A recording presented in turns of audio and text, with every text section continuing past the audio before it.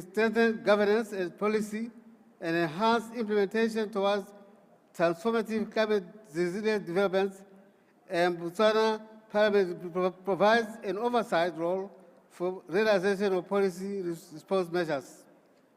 In that regard, we have established a portfolio committee on wildlife, natural resources, climate change, and special select committee on SDGs. Ladies and gentlemen, I must also, however, indicate that transitional capacities are needed within Parliament to include dedicated resource and capacity committees, as well as their increased involvement in the climate change negotiation platform. One of our key developments in that regard has been climate establishment of Parliamentary Committee on Women, which continues to provide a gender lens into our development agenda, including climate change mitigation.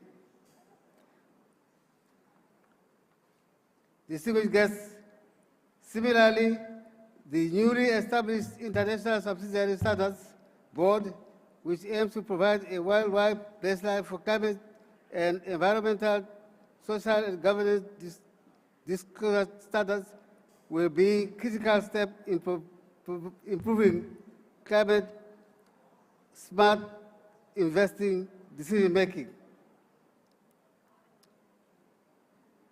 Targeted not to be ensure reduction in emissions, but also ensure that our governments maintain their aim to meet the Paris Agreement's temperature objective at a faster rate in order to combat climate change.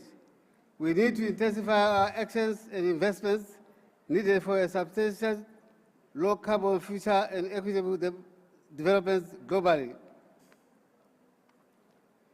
We need parliaments to increase participation in negotiations at regional and international fora.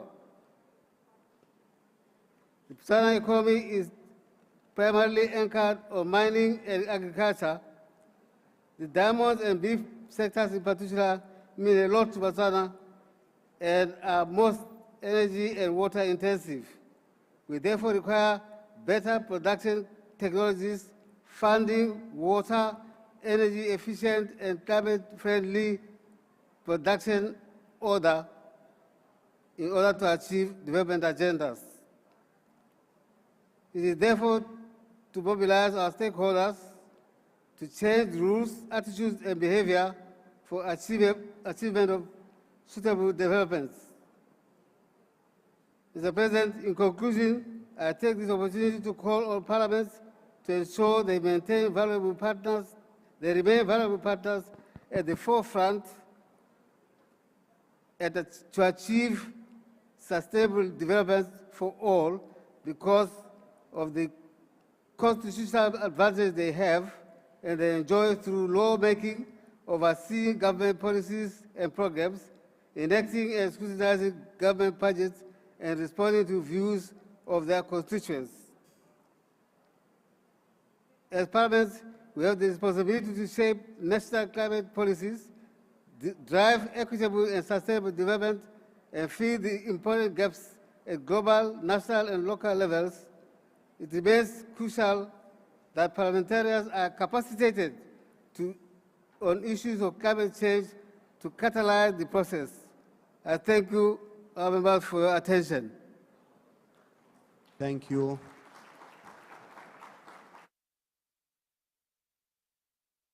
الآن أدعو جمهورية مصر رئيس مجلس النواب المصري فليتفضل.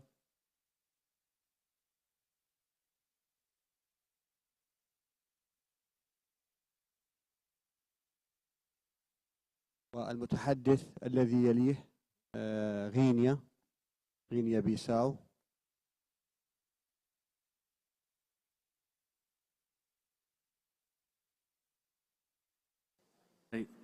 معالي السيد دوارتي باتشيكو رئيس الاتحاد البرلماني الدولي، معالي السيد مارتن شونغونغ الأمين العام للاتحاد البرلماني الدولي، أصحاب المعالي رؤساء البرلمانات ورؤساء الوفود البرلمانية المشاركين، السيدات والسادة الحضور، أود في مستهل حديثي إليكم أن أعرب عن خالص تقديري وعظيم الامتنان إلى الأصدقاء في البرلمان الأندونيسي على جهودهم المقدرة وما لمسناه من حفاوة بالغة وحسن تنظيم.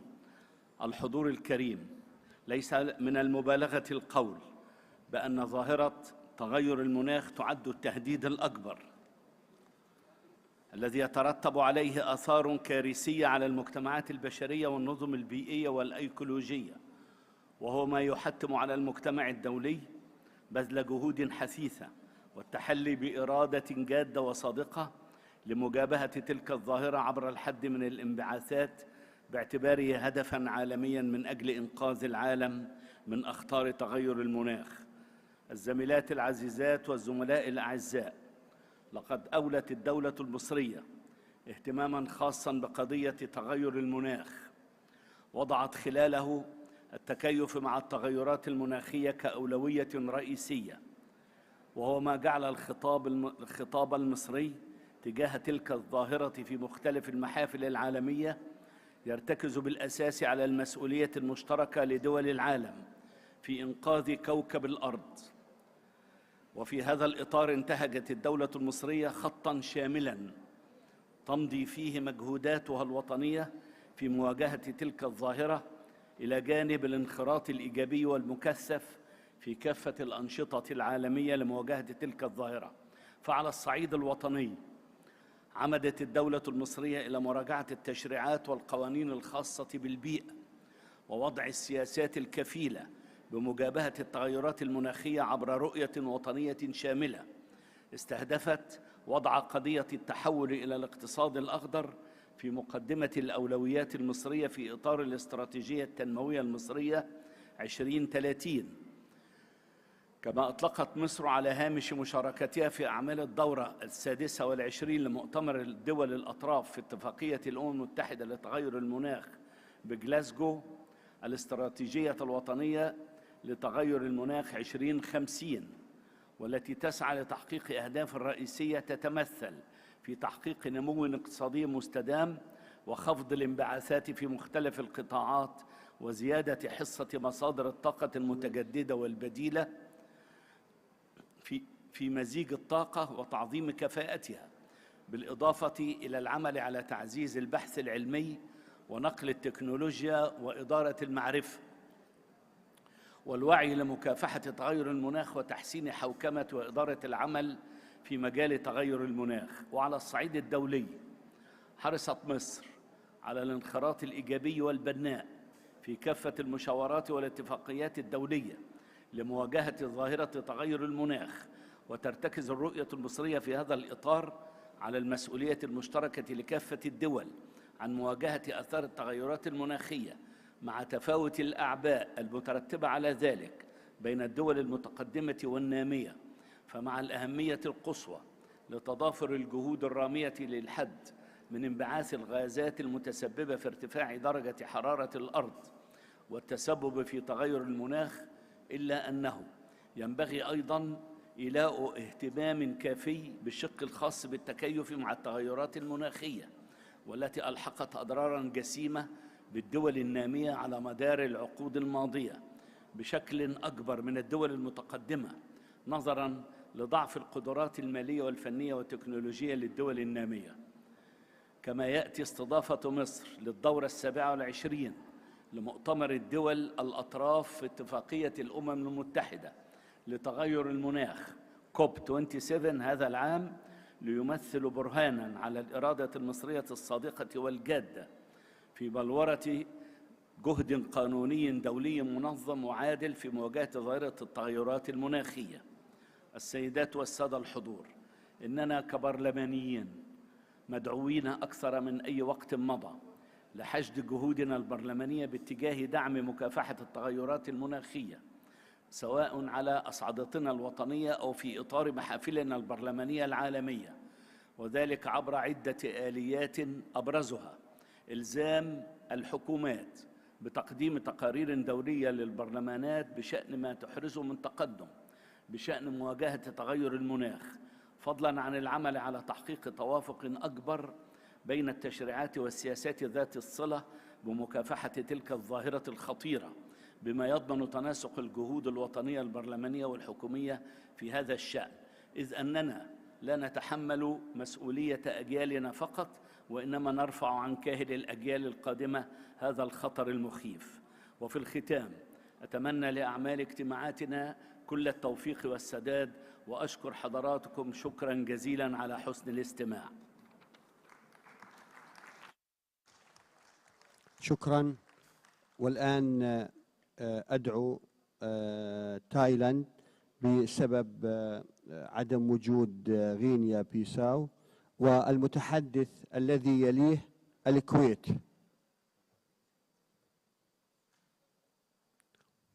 وأرجو من الإخوة المتحدثين أن نلتزم بالوقت حتى يتمكن الجميع من أخذ فرصته اليوم. Mr. President, honorable delegates, distinguished participants, right now as we speak here in Bali, the adverse impacts of climate change are becoming more evident and affecting the lives and livelihoods of people around the world, which demands urgent global actions. Thailand thus wishes to commend Indonesia, our host parliament, for reminding us not to let the COVID pandemic overshadow this pressing challenge of humanity, and our mission to curb the rising global temperature, which remains at the top of the IPU's priority list.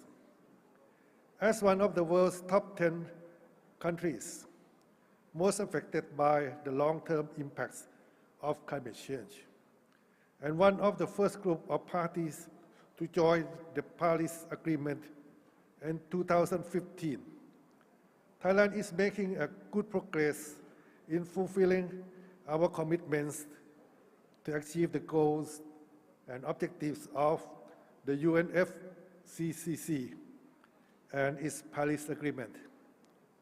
Aside from our success in reducing 17% of our emissions in the energy and transport sectors in 2020, meeting our nationally appropriate mitigation action, or NAMA, target, Thailand will take further steps to address climate change. At the 26th session of the Conference of Paris to the UNFCCC, or COP26. In Glasgow last November, the Prime Minister of Thailand announced our new ambitions to reach carbon neutrality by 2050 and net zero greenhouse gas emission by 2065. Guided by Biocircular Green, or BCG, economy model, Thailand will continue to prioritize circular economic system at a faster pace and pursue a greener, digitally driven, and low-carbon path to development by rolling out measures and policies that help the world attain global net zero by 2050.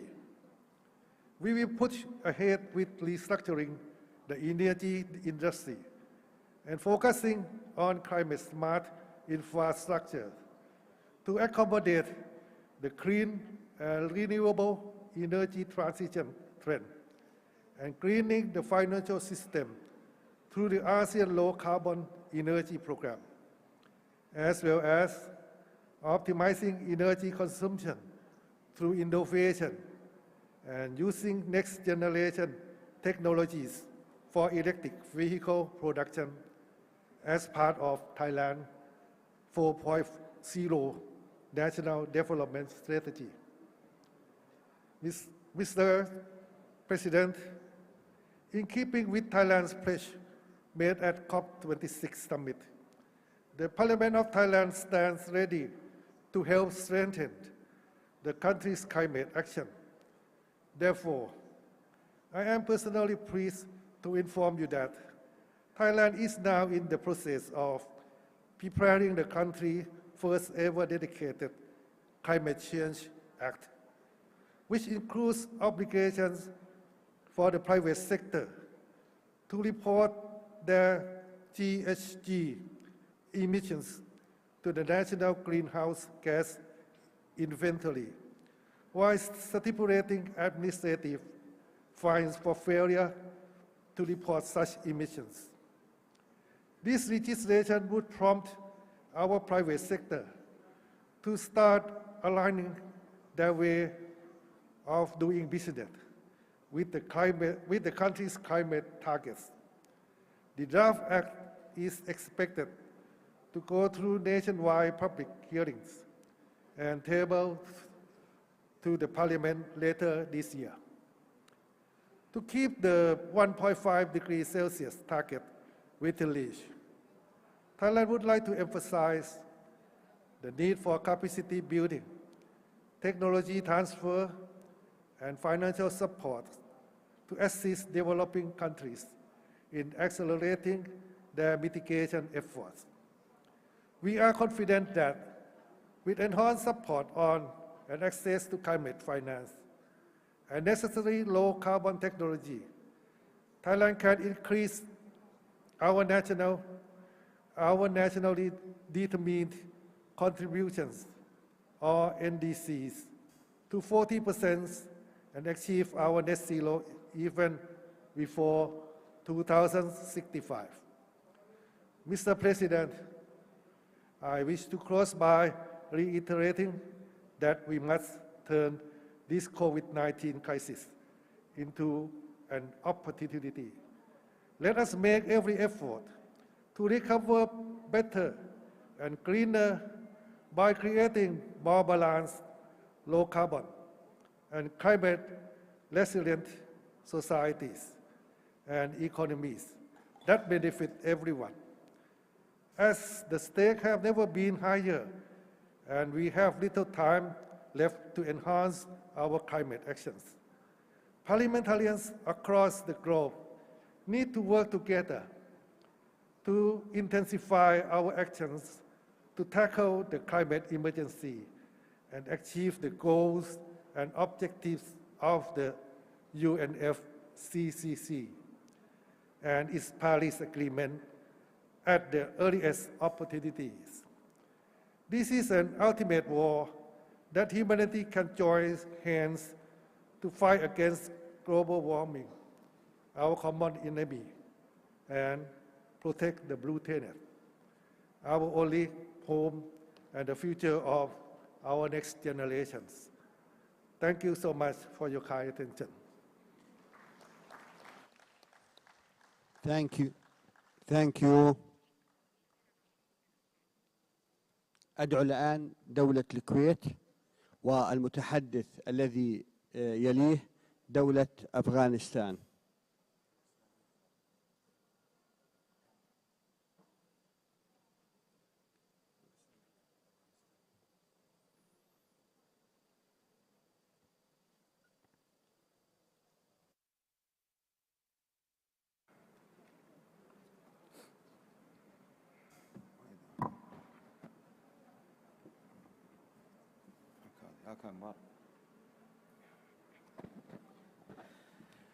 بسم الله الرحمن الرحيم والحمد لله رب العالمين والصلاة والسلام على أشرف المرسلين سيدنا محمد النبي الأمين وعلى آله وصحبه أجمعين. معالي الأخت بوان ماهاراني رئيسة مجلس النواب في جمهورية إندونيسيا الصديقة، معالي الأخ دوارتي باتشيكو رئيس الاتحاد البرلماني الدولي، معالي الأخ مارتن تشونغ غونغ الأمين العام للاتحاد البرلماني الدولي، أصحاب المعالي والسعادة رؤساء البرلمانات ورؤساء الوفود البرلمانية، الحضور الكرام، السلام عليكم ورحمة الله وبركاته. بداية شكرا على اختيار ملف التغير المناخي والاحتباس الحراري موضوعا للمناقشة العامة لهذه الدورة.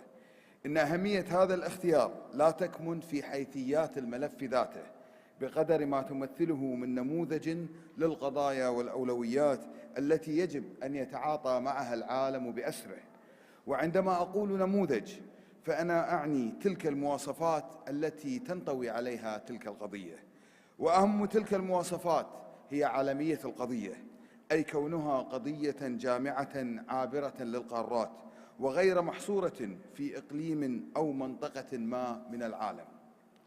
نحن هنا لا نتحدث عن ملف الفقر أو المجاعات أو التصحر أو حقوق المرأة السياسية مثلا كقضايا حصرية بمناطق وأقاليم ما، بل نتحدث عن قضية تلقي بظلالها وتهديداتها ومآلاتها على كل العالم بأسره.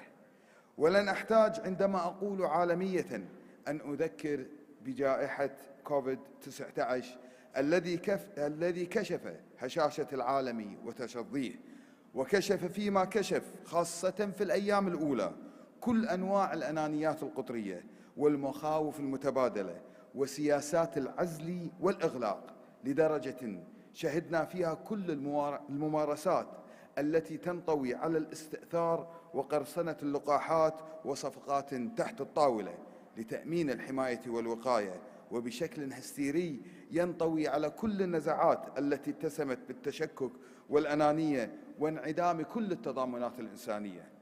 الأخوة الحضور، نحن أمام معضلة دائمة، خاصة عندما نتعاطى مع قضايا كالتغير المناخي، وهي إن الإنسان لا يتحرك إلا إذا وقعت الكارثة. وكان العالم يظن أن الترتيبات العالمية التي تمت بعد الحرب الكونية الثانية وصدرت من الأمم المتحدة ومنظمات عالمية ملحقة واتفاقيات ومعاهدات حقوقية ذات صبغة إلزامية قانونيا وأخلاقيا، كان يظن أنها ساهمت في إشعار العالم بأن حربا عالمية ثالثة لن تقع، وأن هذا الأمر هو خط أحمر لن يسمح به العالم. لكننا كنا نفشل دائما. لقد كانت الحرب الباردة وحروب الوكالة في كل مناطق العالم شاهدا على أن الخطر ماثلا دائما، من الحرب الكورية وفيتنام وخليج الخنازير وربيع براغ وأفغانستان وأنغولا وغيرها، والعالم يشهد تلك الحروب التي جميعها كان يمكن تفاديها. وها نحن الآن وبعد 77 عاما من انتهاء الحرب الكونية الثانية نشهد مواجهة عسكرية مؤسفة بين روسيا وأوكرانيا، ونسمع مرة أخرى كلمات مثل نووية وكيميائية وحرب عالمية ثالثة، كلمات يفترض أنها أصبحت جزءا من التاريخ لا تستخدم إلا على سبيل الردع والتهديد. إنما يحدث دليل آخر على هشاشة الترتيبات العالمية ودافع قوي على ضرورة أن ينتبه العالم إلى خطورة ممارسات الإنسان الذي يدعي التحضر والتمدن وحصانته من التهور واللعب بالنار. إن أهمية ملف التغير المناخي تكمن في هذا البعد، عالميته وخطورته وما ينطوي عليه من تهديد، وهو تهديد شامل لكل البشر باختلاف أقاليمهم وأديانهم وأعراقهم. والأهمية الأخرى تكمن في أن الإنسان لا يريد أن يتحرك إلا بعد أن تقع المصيبة والكارثة، وحينها يكون الوقت قد تأخر. ولأن العالم صغير جدا فليس هناك قضية إقليمية أو حصرية، إن مجاعة في قلب أفريقيا هي تهديد لشمال أوروبا وأمريكا وشرق آسيا ولو بعد حين، وأزمة اقتصادية في أقصى الشرق هي أزمة لكل أسواق العالم، ووباء في أمريكا اللاتينية هو تهديد للصحة العامة في العالم القديم، تماما مثلما احتلال غاصب وممارسات غير إنسانية كتلك التي يقوم بها نظام كالنظام الصهيوني في فلسطين هي جرح مفتوح وتقويض للسلم والأمن الدوليين في كل قارات العالم. الأخوات والأخوة، لا أحد محصن في هذا العالم، ولا أحد بمنأى عن أي كارثة وإن بدت إقليمية أو مناطقية. كنا في السنوات السابقة نتحدث عن الإرهاب، وكنت أقول في مثل هذه المؤتمرات لا أحد بمنأى عن الإرهاب، وإن انفجارا في بغداد أو القاهرة أو كابول سيسمع دويه في بروكسل وباريس ولندن. لم يكن ذلك تهديدا بل تحذيرا وتذكيرا بصغر هذا العالم وترابطه في عصر التواصل والتكنولوجيا. وأمام كل القضايا التي نناقشها هناك قاسم مشترك، وهو أن علينا العمل الآن، اليوم وليس غدا، عاجلا لا آجلا. شكرا على حسن الاستماع، والسلام عليكم ورحمة الله وبركاته. شكرا. أدعو الآن دولة أفغانستان الإسلامية والمتحدث الذي يليه مملكة البحرين.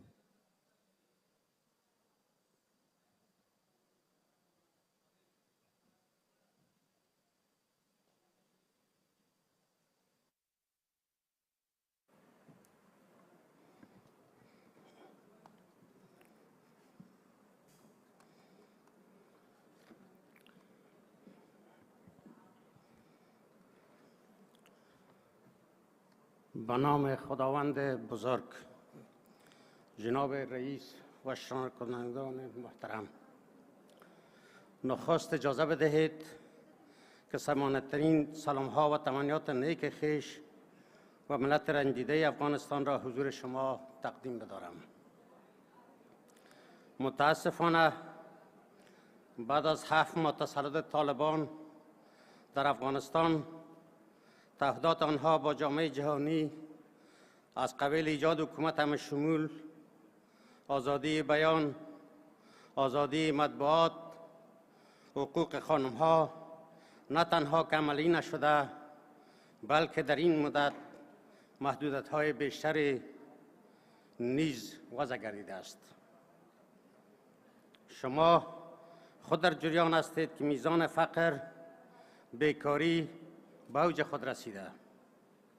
مردم حاضر به فروش فرزندانشان گردیدند. گراف جرایم جنایی و اختطاف همه روزه روند سودی خود را طی می کند. عفو عمومی آنچنان که گفته می شود عملی نگردیده است و شما خود شاهد محاکم صحرایی جوانان و نیروهای دفاعی و امنیتی از بق هستید. آزادی بیان که یکی از دستاوردهای 20 سال اخیر مردم افغانستان در تشریک مسائل جامعه جهانی بود، دیگر وجود ندارد. اکثریت رسانه‌های محلی و ملی یا مسدود گردیده و یا سانسور می شوند و صدها ژورنالیست طبقه ذکور و اناث شغل خود را دست دادند. خانم‌ها از ابتدایی ترین حقوق خود مانند کار، تحصیل محروم شده و اکثریت کارمندان حکومت پیشین یا برکنار گردیده و یا هم حقوق امتیازات خویش را در این مدت دریافت نکردند. حریم خصوصی مردم احترام گذاشته نمی شود و در مناطق خاص تلاشی خانه به خانه که انگیزه سیاسی دارد جریان دارد. ضمن قدردانی از کمک‌های بشردوستانه جامعه جهانی در این مدت قابل یادآوری می‌دانم که تا جایی که من و همکارانم در جریان هستیم، این کمک‌ها در اکثر موارد به مستحقین توزیع نمی‌گردد. بحران مهاجرت هنوز کماکان ادامه دارد.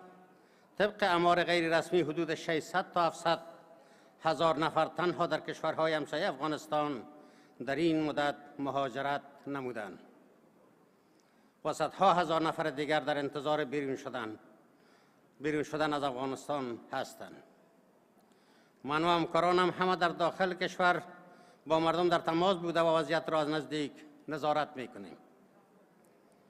من یک بار دیگر از همین طریق میخواهم خاطر نشان سازم که تنها راه حل بیرون رفت از وضعیت موجوده تشکیل حکومت همه‌شمول و نظام مردم سالار، اشتراک هم اقوام در بدنه قدرت، از بین بردن تبعیض قومی، لسانی، سمتی و احترام به حقوق زنان و آزادی بیان می باشد.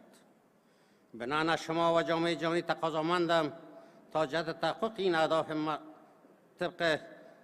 این اهداف مردم افغانستان را مانند همیشه قاطعانه در این راستا حمایت نمایید. تشکر از توجه شما.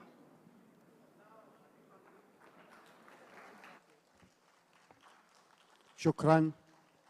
أدعو الآن مملكة البحرين للحديث جيبوتي غير موجود، سيكون المتحدث الذي يليه جنوب أفريقيا.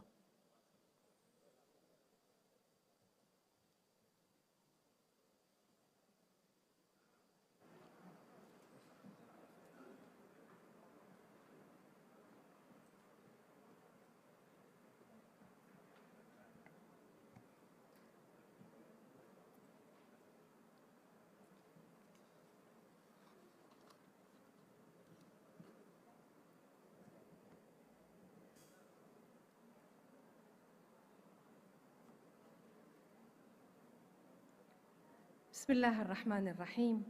الصلاة والسلام على أشرف خلق محمد وعلى آله وصحبه أجمعين.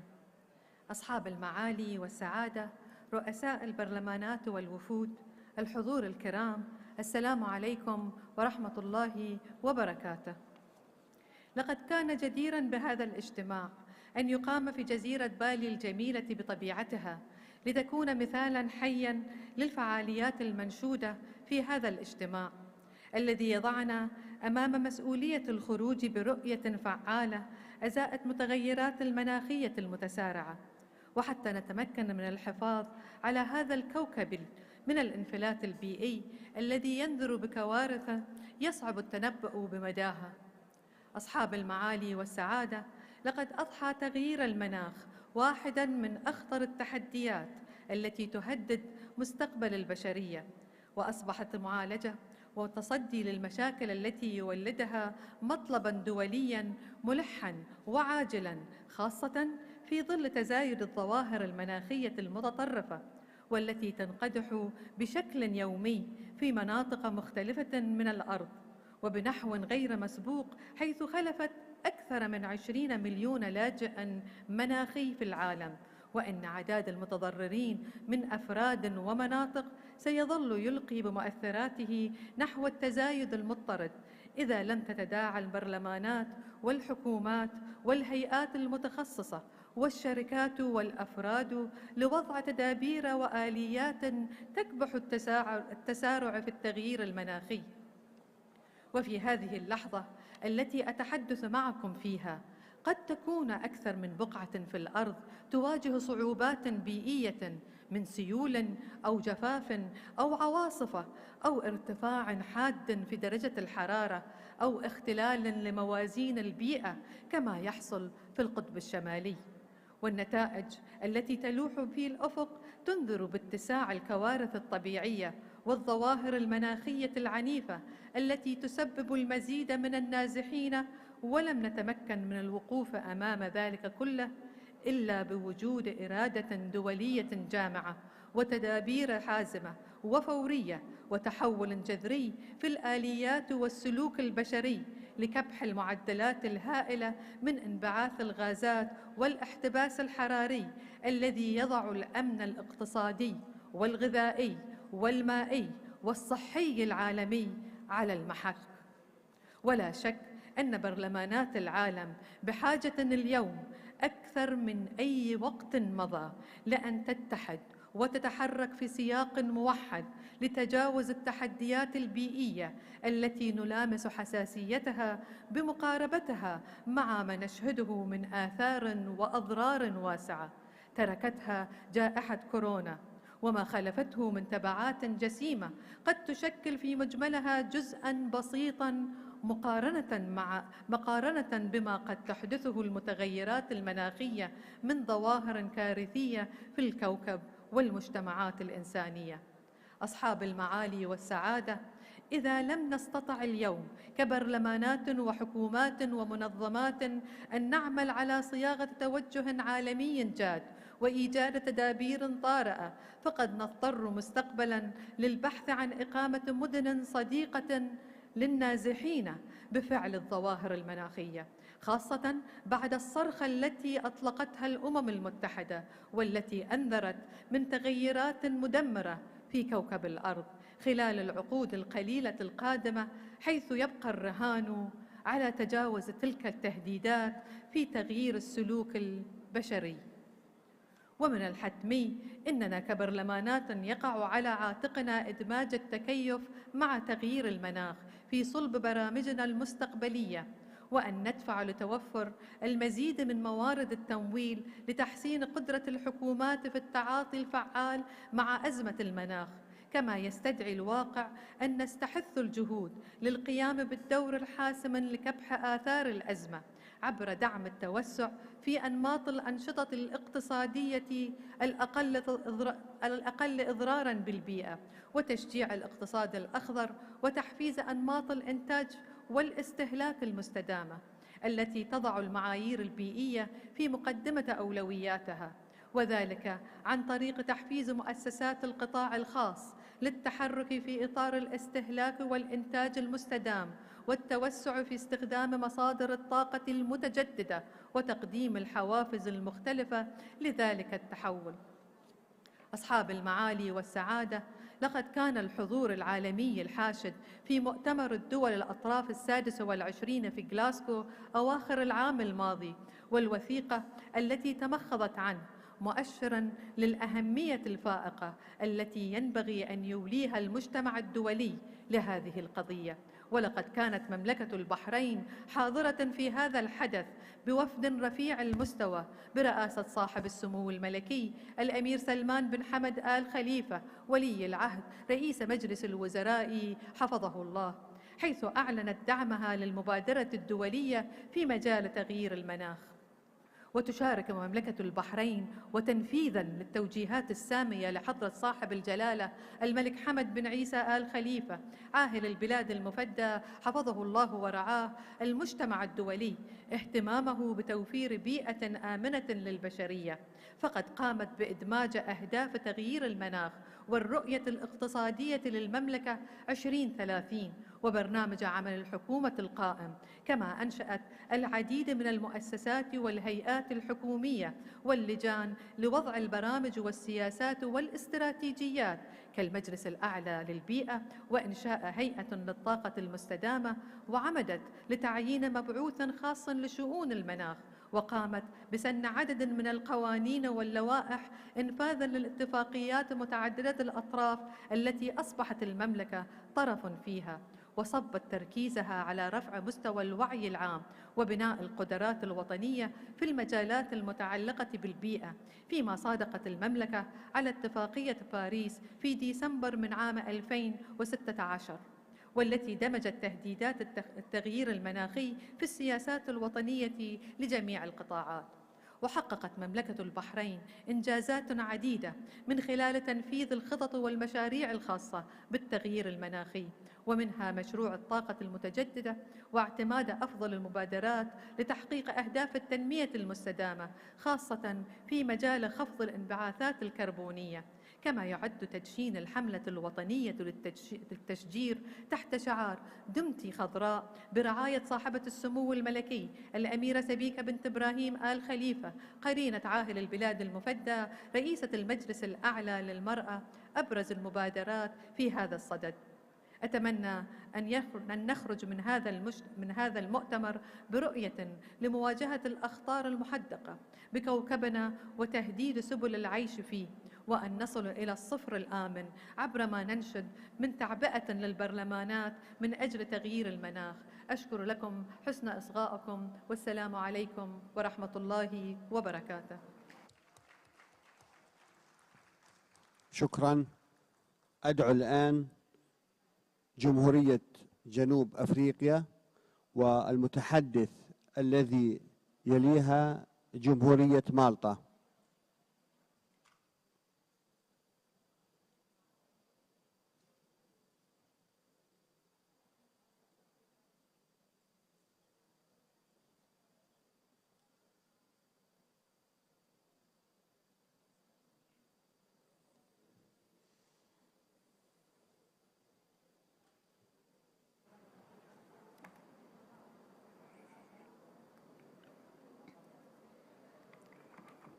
Honorable President of the IPU, Mr. Duarte Poshako, the Speaker of Parliament of the Republic of Indonesia, our host, Chairperson, Honorable Presiding Officers, Honorable Members and distinguished guests.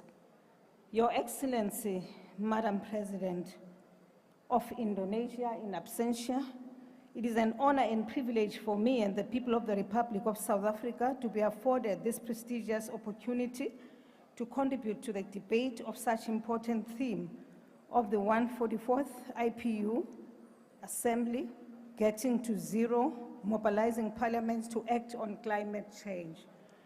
On behalf of the delegation of South Africa, I wish to express our sincere appreciation for the kind and warm welcome we have received in this beautiful country since our arrival.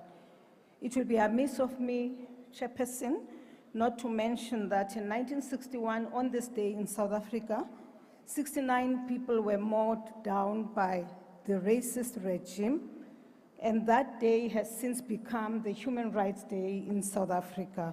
So today, South Africa is commemorating its Human Rights Day. The 144th plenary session takes place against the backdrop of the COVID-19 pandemic and conflicts across the world that continue to claim the lives of innocent people. Tackling climate change has far-reaching implications for socio-economic development, for production and consumption patterns. Your Excellency, the Chair, the theme of our debate enjoins us to reflect on the question of climate change and the need to mobilize parliaments to act swiftly in reducing its negative effects. We wish to confirm that the Republic of South Africa welcomes the outcome of the concluded Glasgow Climate Change Conference, which calls upon the international community to rally behind a shared objective to inject a greater sense of urgency on the basis of international equity and the latest available science. In our country, we support the government's view articulated by our President on the green recovery for our country. It is our view, Chairperson, that the Rome COP26 legislative prescript can and must safeguard the planet's ecosystems, reduce emissions of greenhouse gases, and limit global temperature increases. In this instance, we call on high-income countries to step up and take responsibility, given the fact that they continue to benefit from the use of fossil fuels. There is still a lack of clear commitment to phasing out fossil fuels by 2050 by some of the key development countries, and there is a lack of clarity on outstanding financial commitments by developed countries on previous gatherings where we feel that they simply don't walk the talk. It may be politically correct for world leaders to make certain statements, but ultimately it is about establishing trust. Trust is important because as developing countries, we come from a situation where all are still caught up in the devastation that was caused by, in our national budget, by the COVID-19 pandemic. As it has been with climate change, developed countries were saying a lot of things about assistance coming to the developing countries, yet there are mounting concerns about vaccine hoarding, which has a negative impact on relationships of trust. We expect developed countries which build their economies on coal to assist us now to put fossil fuels aside, justly so. South Africa has revised its NDCs by committing ourselves to more ambitious greenhouse gas emissions targets by 2030. This includes the phasing out of between 8 to 10 coal-fired power stations. It is in this regard that we appreciate the partnership on just transition, where international partners have committed funds for South Africa's just energy transition. We as parliamentarians have keen interest in this and will play an active oversight role to see what the elements of this agreement are. However, our position as a country is not to wait on the international community and developed countries to make commitments before we start with the implementation of what is in our National Development Plan and also in our Green Recovery Plan. We have now started processing the National Climate Change Bill in Parliament, and parliamentarians will have to ensure sufficient and effective public participation process so that all voices of South Africans can be heard. The just transition is crucial in ensuring that nobody is left behind. As I conclude, Chair, South Africa's main priorities remain focused on securing an ambitious progressive finance and adaptation package to support the African agenda and other developing countries to alleviate the negative impact of climate change. It is worth mentioning that the manner in which climate change affects us depends on where we are located on the global map. As it could be expected, the hardest hit population groups are poor people. These are in the main inhabitants of developing countries who are predominantly farmers who depend on rain-fed and basic mechanisms for tilling the land and earning a livelihood. The only way their conditions can change is through policy shifts. Critical to this is dedicated action on the part of policymakers and the people who represent them, like legislators and members of parliament. Great changes throughout history have been born out of crises. We should therefore not waste this moment. I thank you, Ndiabulela, asante sana.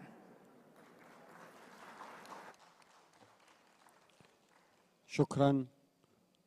أدعو الآن جمهورية مالطا والمتحدث الذي يليه جمهورية زامبيا.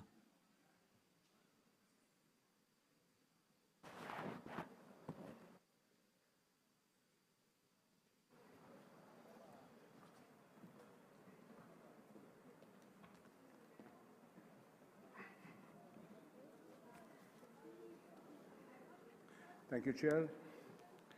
Distinguished colleagues, parliamentarians, the world changed dramatically since we met in Madrid last November. No one can even think about it, that we didn't even thought about it, that the war will return to Europe in a few months' time, just a few months after the Madrid conference. We are living now in challenging times, and once again, the victims of war are the people dying in the streets of Ukraine, women and children fleeing their homes and crossing their borders towards safer and more peaceful countries. It is indeed a humanitarian tragedy. War, as you know, does not stop at the borders of those countries directly involved. It is sending shockwaves across Europe, and I must confess, across the whole world.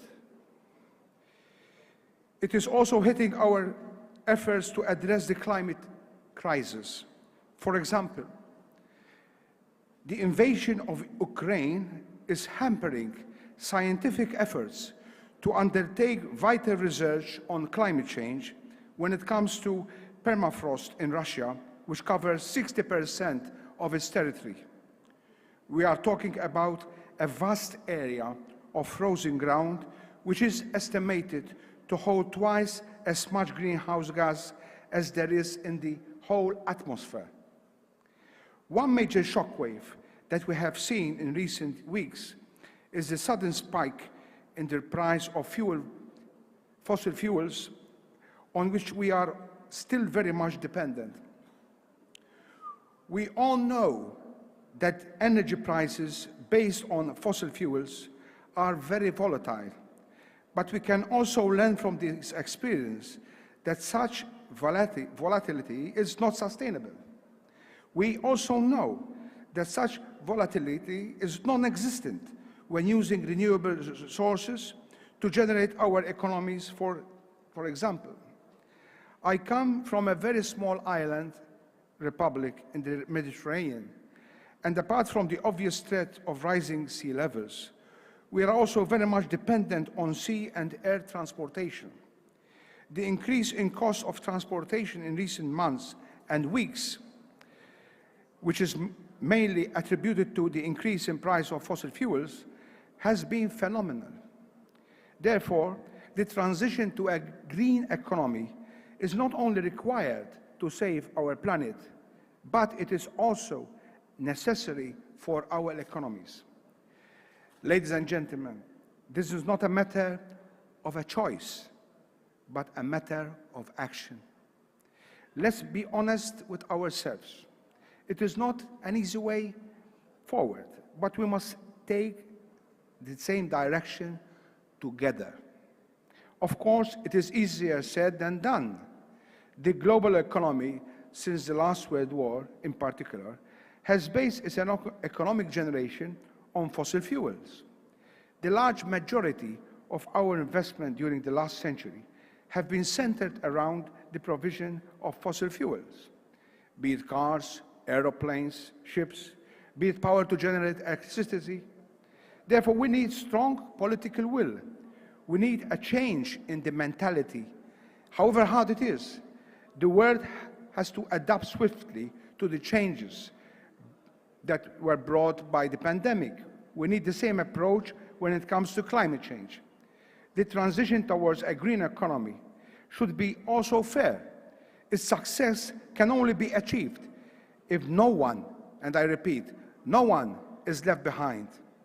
Decisions will not always be popular, but they can affect some areas and some sectors more than others. And therefore, we need collectively to be sensitive when deciding and implementing reforms. Malta took the initiative to request the inclusion of climate change on the agenda of the 43rd session of the United Nations General Assembly, proposing that an appropriate high-level mechanism be established to address the cause and effects of this phenomenon on mankind. This mechanism would be tasked to propose legal and political measures to address global warming and its environmental and social economic implications.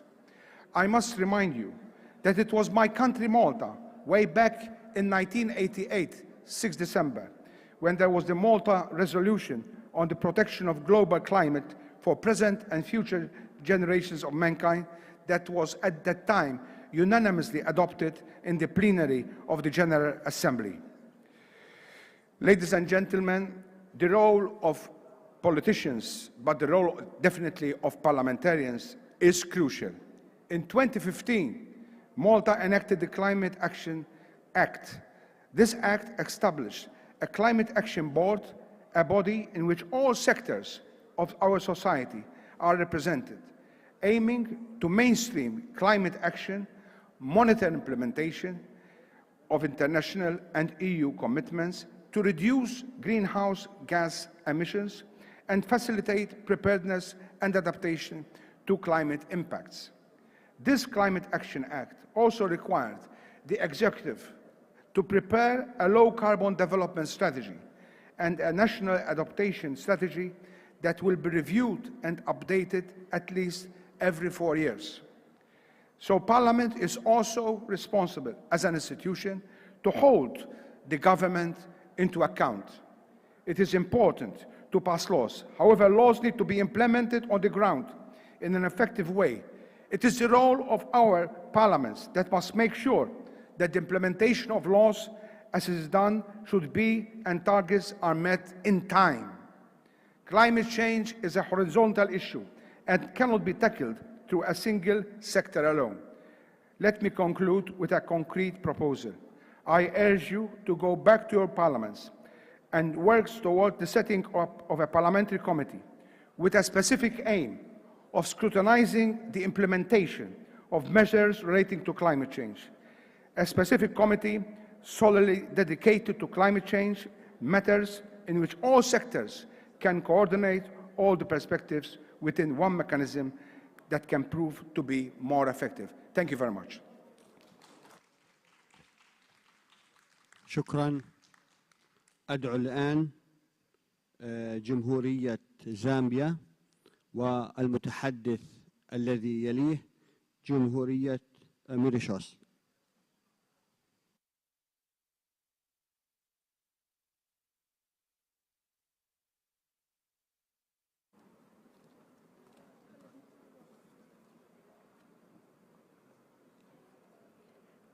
Dear colleagues, Mr. President, allow me to place on record my gratitude for this opportunity to share my thoughts on the topic, Getting to Zero, Mobilizing Parliaments to Act on Climate Change. Mr. President, allow me also to take this opportunity to wish all the women in the gathering a happy Women's Month aimed at breaking the bias, including matters of climate change.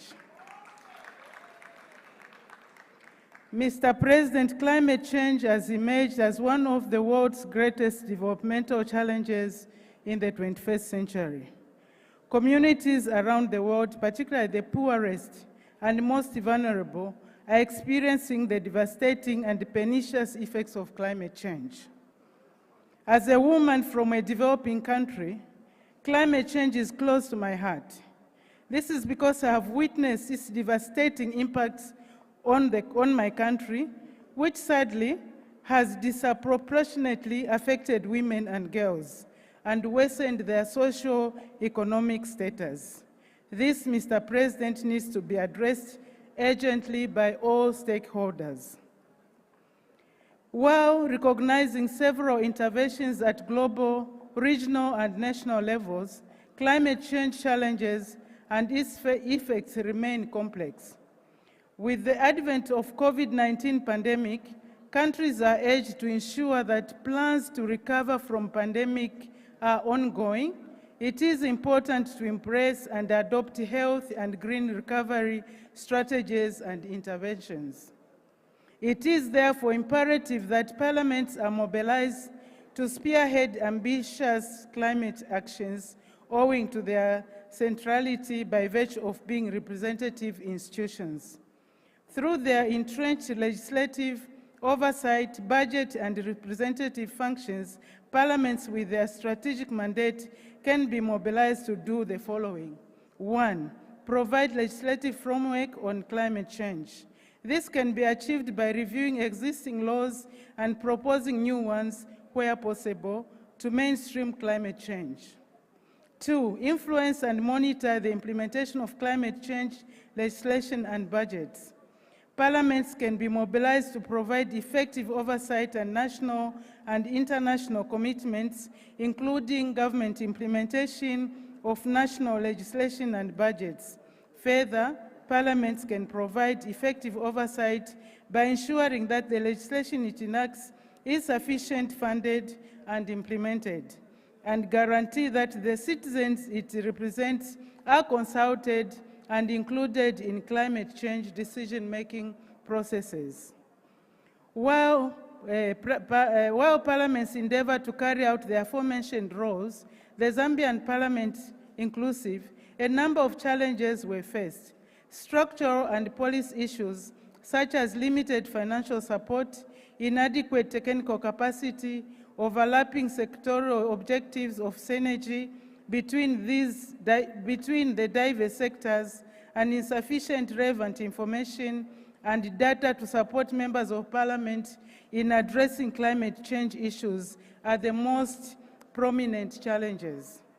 To ensure that members of parliament are effective in discharging their responsibilities, the highlighted challenges need to be addressed and capacities built in order for parliaments to achieve the desired outcomes of getting to zero on climate change. Mr. President, as people's representatives and beyond the confines of legislation and oversight in parliament, parliamentarians should be mobilized to act on climate change.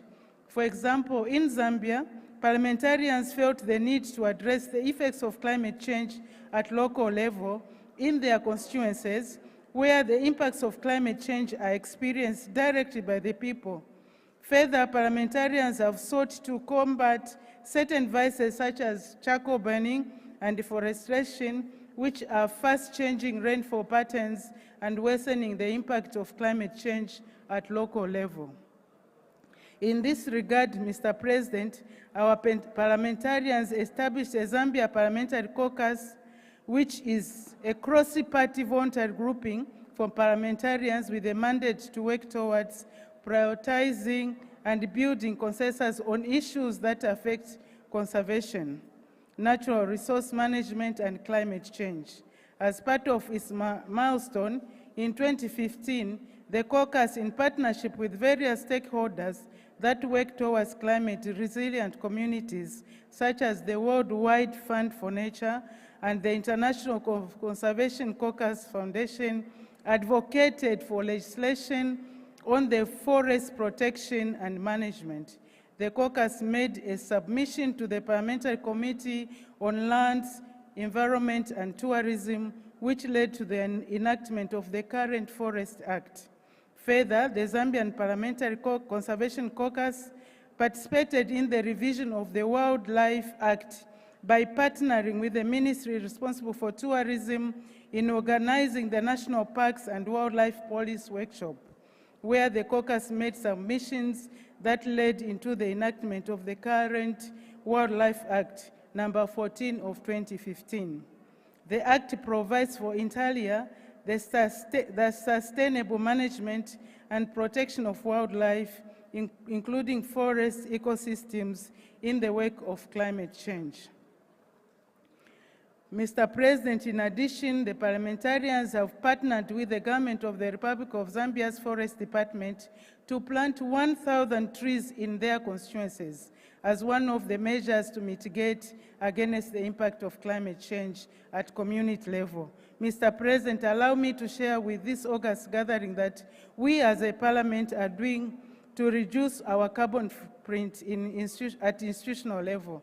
Our parliament works in partnership with the local recycling company to collect waste paper for recycling. Further, in 2014, our institution collaborated with the country's main power utility to install a mini solar plant as an alternative source of power. Mr. President, let me conclude by stating that parliaments are at the center of the climate change response. I, therefore, wish to call upon all parliamentarians to mobilize themselves with the intention of working closely with their citizens by consulting them and including them in the climate change decision-making process and efforts. By so doing, parliaments will inspire strong leadership and political will towards the fight against climate change. Let's think global, but act local in getting the zero on climate change. I thank you for your attention. شكرا. الآن أدعو جمهورية موريشيوس والمتحدث الذي يليه جمهورية نيبال الديمقراطية الاتحادية.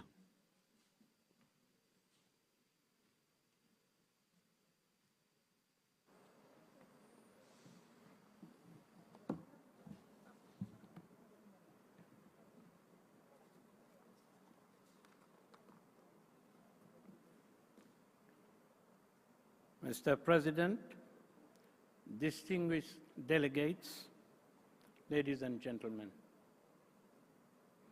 on behalf of the members of the National Assembly and in my own name, I convey to you the warm greetings of the people of Mauritius.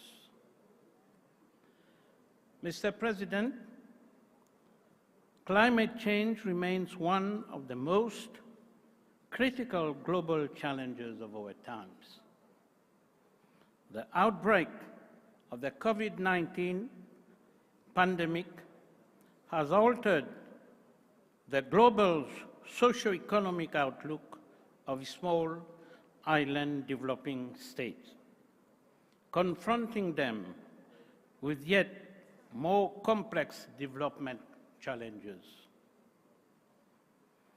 We should also not be oblivious to the fact that the greenhouse gas emissions from human activities that drive climate change continue unabated in spite of numerous commitments taken by individual states in line with the objectives of the Paris Agreement 2015 and the 2030 Agenda for Sustainable Development.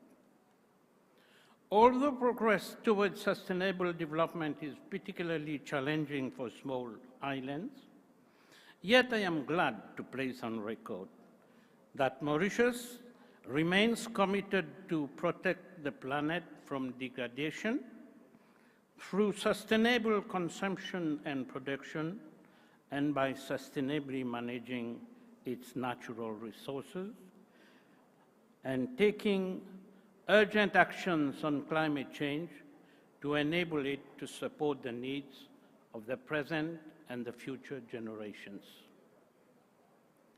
Concrete efforts have been made by Mauritius to mitigate greenhouse gas emission and by integrating climate change issues into new development strategies.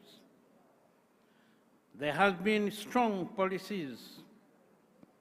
political will to further enhance the existing policies so as to develop their resilience to the adverse impacts of climate change and to ensure the achievement of sustainable development goals while integrating climate change in new development strategies. Climate change remains a high priority issue on the government's agenda, and Mauritius is determined to fulfill its obligation under climate-related multilateral agreements. Mauritius has spent some 150 million USD in support of its climate agenda in the past few years. Mr. President, Mauritius aims to create a green energy industry as an important economic pillar and promote an eco-friendly human development. Mr. President, the theme of the debate, Getting to Zero, Mobilizing Parliaments to Act on Climate Change, calls for prompt and compelling actions from all stakeholders in both mitigation and adaptation to climate change.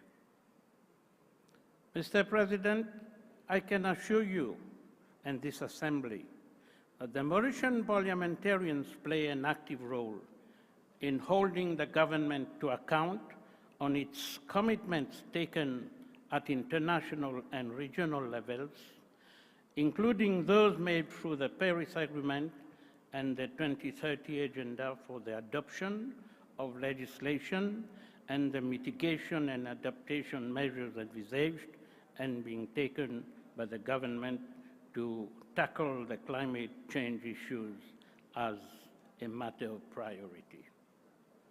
The frequency of climate change being the subject matter of parliamentary questions, interpretations at adjournment, interpretation at adjournment time, and queries during the Committee of Supply over the budgetary allocations and the tenor of the debates on climate-related issues bears ample testimony to the vigorous role exercised by members of Parliament in Mauritius on environment and climate change matters. Moreover, pursuant to the Mauritius Renewable Energy Agency Act, enacted in 2015, to create an agency to promote renewable energy, I appointed 2 members of the Assembly to sit on the board, therefore to ensure that parliamentarians have their say in the promotion of renewable energy. Furthermore, in 2015, the Environment Protection Banning of Plastic Bags regulations were prescribed, and since then, these regulations have been consolidated with the objective of reaching a complete ban on the utilization of all types of non-biodegradable bags in the future, including the banning of simple-use plastic products. In November 2020, the Mauritian Parliament has enacted the Climate Change Act to consolidate the legal framework and mechanism towards making Mauritius climate change resilient and achieving a low-emission economy in line with Sustainable Development Goals and their overarching government objective of developing a green economy. This piece of legislation also serves to enhance the resilience of Mauritius against adverse impact of climate change and also complement other legislation related to climate change, thereby bringing our contribution for the sustainability of the planet. Mr. President, Mauritian parliamentarians are very active in ensuring government accountability and effectiveness, whilst at the same time providing a vital knowledge link with constituents, both aspects being important in ensuring a country's response and resilience to climate change. You may wish to take note that in December last, the Parliament of Mauritius has been called upon to debate on a private member's motion inviting the Assembly to resolve that government should continue its efforts to encourage the use of electric vehicles in Mauritius. Since 2013, the National Assembly of Mauritius embarked on a challenging and ambitious project towards achieving a paperless parliament. To that effect, members of parliament are provided with a digital tablet through which they have access to a secure digital platform for their parliamentary documents. Moreover, a parliamentary electronic document management system is being worked out with a view to creating an automated parliamentary workflow, enabling stakeholders to share their documents on a common platform, thereby reducing the use of papers and to do away with the traditional mode of communication. Mr. President, over the last 2 centuries or so, we have comprehensively demonstrated that we can change the climate, and we have changed it for the worse by doing the wrong things, a message so forcefully conveyed to us with the outbreak of the COVID-19 pandemic. Now it is time to show we can change it for the better by doing the right things, and this challenge is going to require the efforts of all of us. There is need for coherence across nationally determined contributions at national, regional, and global levels.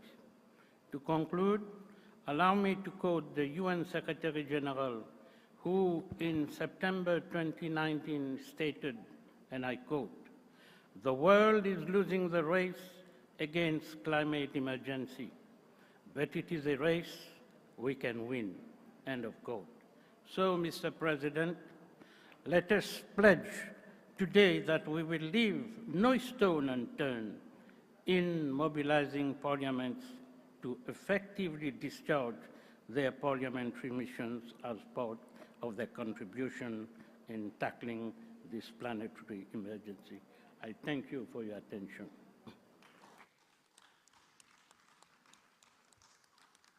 شكرا.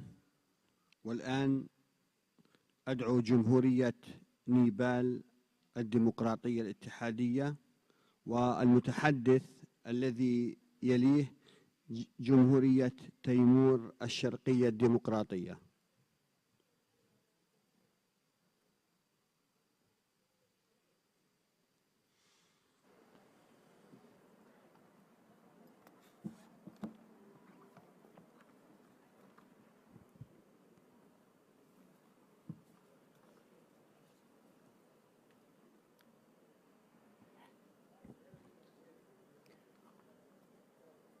Yes अन्तर्व्यवस्थापिका सङ्घको 144औं सभामा महामहिम अध्यक्षज्यू, महामहिम सभामुखज्यूहरू, अन्तर्व्यवस्थापिका सङ्घका महामहिम अध्यक्षज्यू, विभिन्न देशबाट पाल्नुभएका सांसद तथा अन्य विशिष्ट महानुभावहरू, सर्वप्रथम नेपालको सङ्घीय संसदको प्रतिनिधिमण्डलका तर्फबाट यस अन्तर्व्यवस्थापिका सङ्घको 144औं सभामा सहभागी हुन निमन्त्रणा गर्नुभएकोमा अन्तर्व्यवस्थापिका सङ्घ र सभाको इन्डोनेसियाली संसदप्रति धन्यवाद व्यक्त गर्दछु। कोभिड-19 महामारीको समयमा पनि यस सभाको सफल व्यवस्थापनका लागि म इन्डोनेसियाली सरकार, संसद र आम नागरिकप्रति आभार प्रकट गर्दछु। यस सुन्दर सहरमा आइपुगेदेखि नै म र मेरो नेतृत्वमा रहेको नेपाली प्रतिनिधिमण्डलले पाएको न्यानो आतिथ्यका लागि म हृदयदेखि कृतज्ञता ज्ञापन गर्दछु। जलवायु परिवर्तनका कारण सिर्जित चुनौतीका सन्दर्भमा यस सम्मेलनको विषय शून्य उत्सर्जन प्राप्त गर्न जलवायु परिवर्तन सम्बन्धी कार्यमा संसदको परिचालन अत्यन्त सान्दर्भिक छ। जलवायु परिवर्तन विरुद्ध लड्न बलियो राजनीतिक इच्छा शक्ति र थुप्रै विधायकी कार्य आवश्यक पर्छ। यस सन्दर्भमा विभिन्न देशका संसदहरूबीचको आपसी संवाद र अनुभव आदान प्रदानको निकै ठुलो महत्त्व हुन्छ। हरित अर्थतन्त्रतर्फको रूपान्तरणलाई मूर्त रूप दिन सांसदहरूले महत्त्वपूर्ण भूमिका खेल्न सक्छन्। उत्थानशील अर्थतन्त्र निर्माणका लागि हरित आर्थिक नीति र कानुनहरू महत्त्वपूर्ण हुन्छन्। जलवायु परिवर्तन विरुद्धको लडाइँमा संसद, सरकार, निजी क्षेत्र, विकास साझेदार र नागरिक समाजबीच बलियो सम्बन्ध हुन जरुरी छ। जलवायु परिवर्तनका कारण हिमाली पर्यावरणमा परेको नकारात्मक असरबारे विश्व समुदायको ध्यान आकर्षित हुनु जरुरी छ। बढ्दो तापक्रम र प्रदूषणका कारण उच्च हिम श्रृङ्खलाहरू पग्लने र हिमाली काखमा रहेको हिमतालहरू फुट्ने जोखिम पनि बढ्दो छ। त्यसबाट निम्तिन सक्ने प्रकोप तल्लो तटीय क्षेत्रमा उत्तिकै खतरनाक हुन्छ। यस्तो प्रकोपको असर जुनसुकै देश र भूभागमा भए तापनि अति विपन्न र सीमान्तकृत समुदायलाई नै बढी हुन्छ भन्नेमा दुई मत छैन। तसर्थ हिमाली पर्यावरणको संरक्षणमा पर्वतीय मुलुकहरू मात्र नभई समग्र विश्व समुदायले हातेमालो गर्नु आवश्यक छ। नेपाल कार्बन उत्सर्जन शून्य गर्ने कार्यमा उल्लेखनीय योगदान गर्ने मुलुक मध्येमा पर्दछ। दिगो विकास र वातावरण संरक्षणका लागि नेपालले गरिरहेको कार्यलाई कार्बन खरिद नीतिको व्यावहारिक व्यवस्थापनबाट सहयोग पुर्याउनु आवश्यक छ। जलवायु अनुकूलन, जैविक विविधता संरक्षण र प्रभावकारी आर्थिक वृद्धि दर र कार्बन उत्सर्जन शून्यताका लागि विकसित देशहरूले क्षतिपूर्तिका लागि तत्पर रहनु पर्दछ। यस्तो जोखिम न्यूनीकरण र जलवायु अनुकूलनका लागि नेपालले गरिरहेको प्रयासमा तपाईहरू सबै खास गरी विकसित देशहरूको थप सहयोग रहनु आवश्यक छ। महामहिमज्यूहरू, यो अवसरको उपयोग गर्दै म जलवायु परिवर्तनका समस्याहरू समाधान गर्न नेपालले खेलेको भूमिकाबारे संक्षेपमा उल्लेख गर्न चाहन्छु। जलवायु परिवर्तन, जल उत्पन्न प्रकोप, खडेरी, आँधी, बाढी, डुबान, पहिरो, गेग्रान र लेदो सहितको बहाव, भूक्षय र हिम पहिरो जस्ता जलीय तथा मौसम सम्बन्धी चरम घटनाहरूको दृष्टिबाट नेपाल एकदमै जोखिमयुक्त देश हो। हाम्रा प्रयासहरू कार्बन उत्सर्जन घटाउन र हरियाली बढाउन केन्द्रित छन्। यस सन्दर्भमा नेपालको सामुदायिक वन कार्यक्रमले वन क्षेत्र पुनर्स्थापनमा गरेको योगदान स्वरूप अन्तर्राष्ट्रिय प्रशंसा प्राप्त गरेको तथ्य यहाँ स्मरण गर्न चाहन्छु। हालै स्कटल्यान्डको ग्लासगोमा सम्पन्न 36औं कोपमा नेपालले शून्य उत्सर्जनको सन्दर्भमा तीनवटा महत्त्वपूर्ण प्रतिबद्धता व्यक्त गरेको छ। पहिलो, नेपालले सन् 2030 सम्ममा आफ्नो वन क्षेत्रलाई कुल जमिनको 45% पुर्याउने र वन फडानी पूर्ण रूपमा रोक्ने प्रतिबद्धता जनाएको छ। दोस्रो, हामीले सन् 2045 सम्ममा हरितगृह ग्यासको उत्सर्जन शून्य गर्ने लक्ष्य पनि घोषणा गरेका छौँ। तेस्रो, जलवायु उत्पन्न प्रकोप र क्षतिबाट आम मानिसको जीवन र जीविकोपार्जनको रक्षा गर्न हामी प्रतिबद्ध छौँ। सबैभन्दा जोखिमपूर्ण अवस्थामा रहेका नागरिकहरूप्रति राज्यको नीति र योजनाहरूको जवाबदेहिता सुनिश्चित गरी जलवायु परिवर्तनको असर जोखिम सम्बोधन गर्न नेपालको संसदले वातावरणीय र जलवायु उत्थानशील संहिताको पालना हुने सुनिश्चितताका लागि आवश्यक नीतिगत सुधारमा जोड दिएको छ। त्यसैगरी जलवायु उत्थानशील मार्गहरू अपनाउँदै स्थानीय सरकारका योजना र बजेट लगायत अन्य क्षेत्रगत विकासका निम्ति र योजनाहरूमा जलवायु परिवर्तनको एकीकरणमा नेपालको संसदले जोड दिएको छ।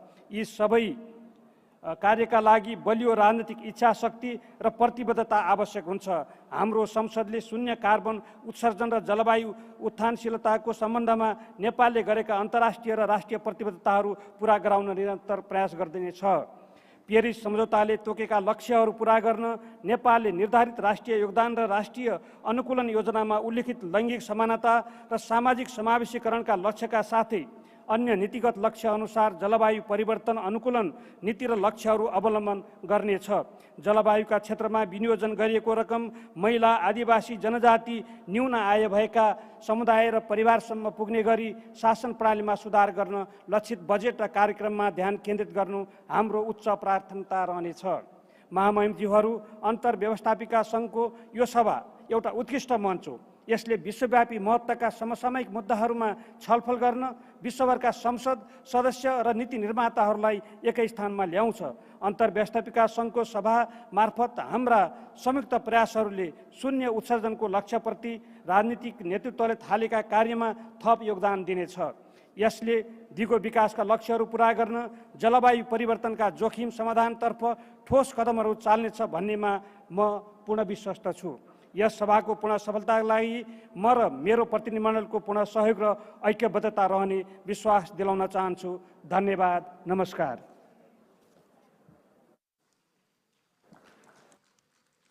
شكرا.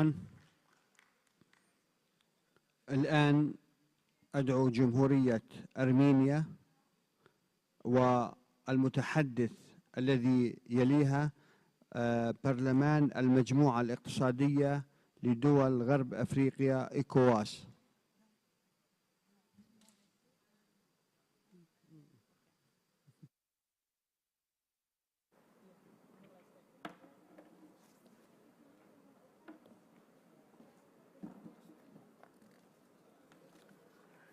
Excelentíssima Senhor Presidente da Assembleia, Yang Mulia Ketua DPR RI, Ibu Puan Maharani, Excelentíssimo Senhor Presidente da União Interparlamentar, Dr. Duarte Pacheco, Senhor Presidente da Mesa, Excelências, Senhoras e Senhores. Nas últimas décadas, o mundo passou por grandes transformações, política e economicamente, embora muitos desafios globais permaneçam e tenham crescido em complexidade, em particular a degradação do meio ambiente, as mudanças climáticas cada vez maiores e o impacto inevitável da pandemia da Covid-19 sobre o desenvolvimento os Objetivos do Desenvolvimento Sustentável. Tal como noutros países, os confinamentos por causa da pandemia afetam enormemente o nosso setor social e econômico, causando contrações. Para enfrentar os desafios, Timor-Leste montou uma resposta robusta, implementou vários pacotes de estímulo econômico para reforçar as medidas de saúde pública e proteger as famílias vulneráveis e o setor empresarial através de subsídios e incentivos. Além disso, para recuperar da pandemia, o governo de Timor-Leste está a levar a cabo a campanha de vacinação, tendo até ao momento sido totalmente vacinados cerca de 72,2% da população. 85,0% receberam a primeira dose e 1,9% receberam uma dose de reforço. Excelências, Timor-Leste tem passado por grandes inundações, secas, deslizamentos de terra, riscos de incêndio e outros eventos climáticos extremos. Estes impactos das mudanças climáticas levam à diminuição da produção agrícola, insegurança alimentar, escassez de água e destruição de infraestruturas. No ano passado, Timor-Leste foi atingido pelo ciclone tropical Seroja no dia 4 de abril, causando perda de vidas humanas e perdas de danos de propriedades. As mudanças climáticas são causadas por todos nós. No entanto, a maioria das emissões de gases com efeito de estufa no passado e atualmente vem principalmente dos países desenvolvidos e das principais potências econômicas. Timor-Leste é responsável apenas por 0,003% das emissões de gases com efeito de estufa em comparação com a emissão global. Ainda assim, estamos agora mais vulneráveis aos impactos das mudanças climáticas. Neste sentido, instamos as partes dos países desenvolvidos a assumirem a liderança na redução de suas emissões de gases com efeito de estufa e outros grandes países emissores a fazê-lo, a fim de alcançar emissões globais líquidas zero até 2050, conforme foi acordado na UNFCCC em Glasgow, Reino Unido, no ano passado. Senhor Presidente, Excelências, o Parlamento Nacional de Timor-Leste tem estado totalmente empenhado em fazer a nossa legislação nacional, incorporar os documentos relevantes, tais como a ratificação da UNFCCC, do Protocolo de Kyoto e do Acordo de Paris, como exemplo da nossa contribuição para enfrentar as questões das mudanças climáticas, a fim de garantir o desenvolvimento sustentável.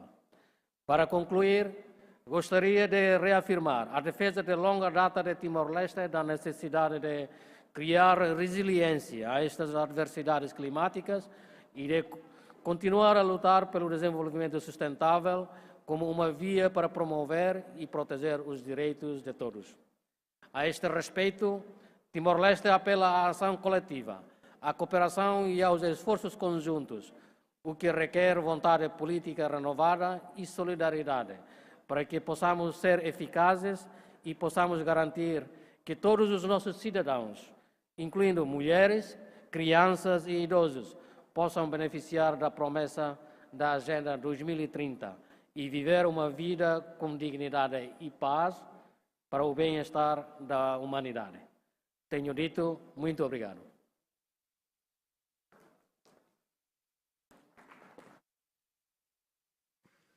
شكرا لجمهورية تيمور الشرقية. أدعو الآن جمهورية أرمينيا للحديث، والمتحدث الذي يليه كما أسلفت إيكواس، برلمان المجموعة الاقتصادية لدول غرب أفريقيا.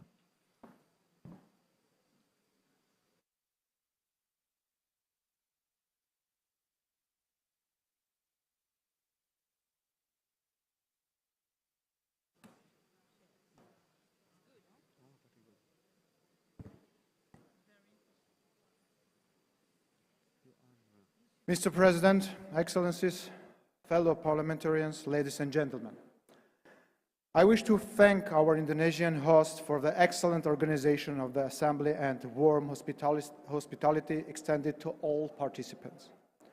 The topic we are discussing is the utmost importance for the world, since climate change entails dangerous consequences. Global warming and our long-term climate change trends are expected to continue as a result of record levels of head-tripping greenhouse gases in the atmosphere. As stated in the outcome document of a parliamentary meeting on the occasion of COP26, the global temperature is expected to reach or exceed 1.5 Celsius of warming by 2040, and may trigger irreversible damage to our planet and engage biodiversity.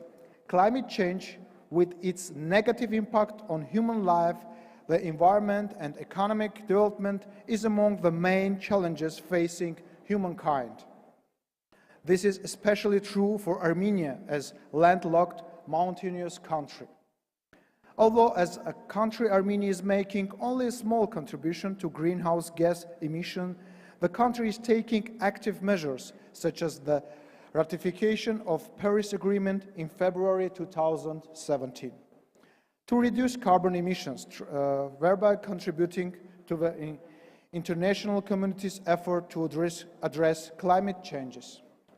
On April 22, 2021, the government approved Armenia's national determined contribution for a 10-year implementation period, setting a new unconditional mitigation target of 40% reduction below 1990s emissions level to be achieved in 2030.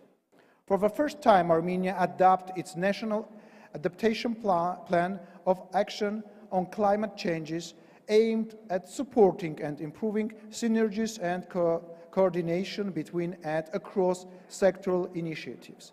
Armenia approved its NDC for a 10-year implementation period, 2021-2030, to the Paris Agreement, setting a new unconditional mitigation target of 40% reduction below 1990 emissions levels to be achieved in 2040, and increasing its territories covered by forest by 12.9%. My country is promoting policies to increase the share of renewable energy in the power generation sector, expanding solar generation on the demand side, promoting energy savings in all sectors of economy, including expanding the supply of high-efficiency equipment in the industrial and building sectors, promoting eco-friendly vehicles, and improving road infrastructure in the transportation sector. As we rebuild from the pandemic, additional significant efforts will be needed to promote green recovery and ensure further carbon emission reduction. This will require a concrete effort across all sectors of economy and society, and primarily in the energy sector as the largest emitter of greenhouse gases. Relevant legislative and regulatory reforms are underway. The most recently adopted energy sector development strategic program aimed at increasing the share of solar energy generation in total to at least 50% by 2030. Armenia aims to double the country's share of renewable in energy generation by 2030 on the path to achieve climate neutrality in the second half of this century. According to the Republic of Armenia Energy Sector Development Strategic Program, the Armenian government plans to increase the share of solar energy generation in total to at least 50%. To this end, several legislative and regulatory reforms have been implemented in the recent years. Colleagues, as a part of climate commitments, Armenia has initiated a number of solar energy projects as a way to introduce cost-effective renewable energy sources in the country in line with its vision to foster low-carbon generation and develop renewables. Given the worldwide environmental challenges and their impact of climate and the pivotal role of nature conservation as a means to ensure social, economic, and environmentally substantive development, I once again wish to reiterate our readiness to cooperate with the parliaments of all member states, agencies, international organizations, and the private sector in advancing the global environmental agenda. Parliaments are responsible for ensuring the implementation of conventions and agreements, as well as national legislation, including and especially on environmental issues. And I would like to state that our National Assembly is duly overseeing these processes. Ladies and gentlemen, I believe that we are responsible for a safe and secure planet for our children and future generations. Thank you for your attention.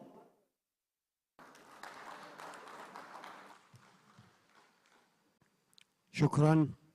الآن أدعو برلمان المجموعة الاقتصادية لدول غرب أفريقيا إيكواس والمتحدث الذي يليه جمهورية سريلانكا الديمقراطية الاشتراكية.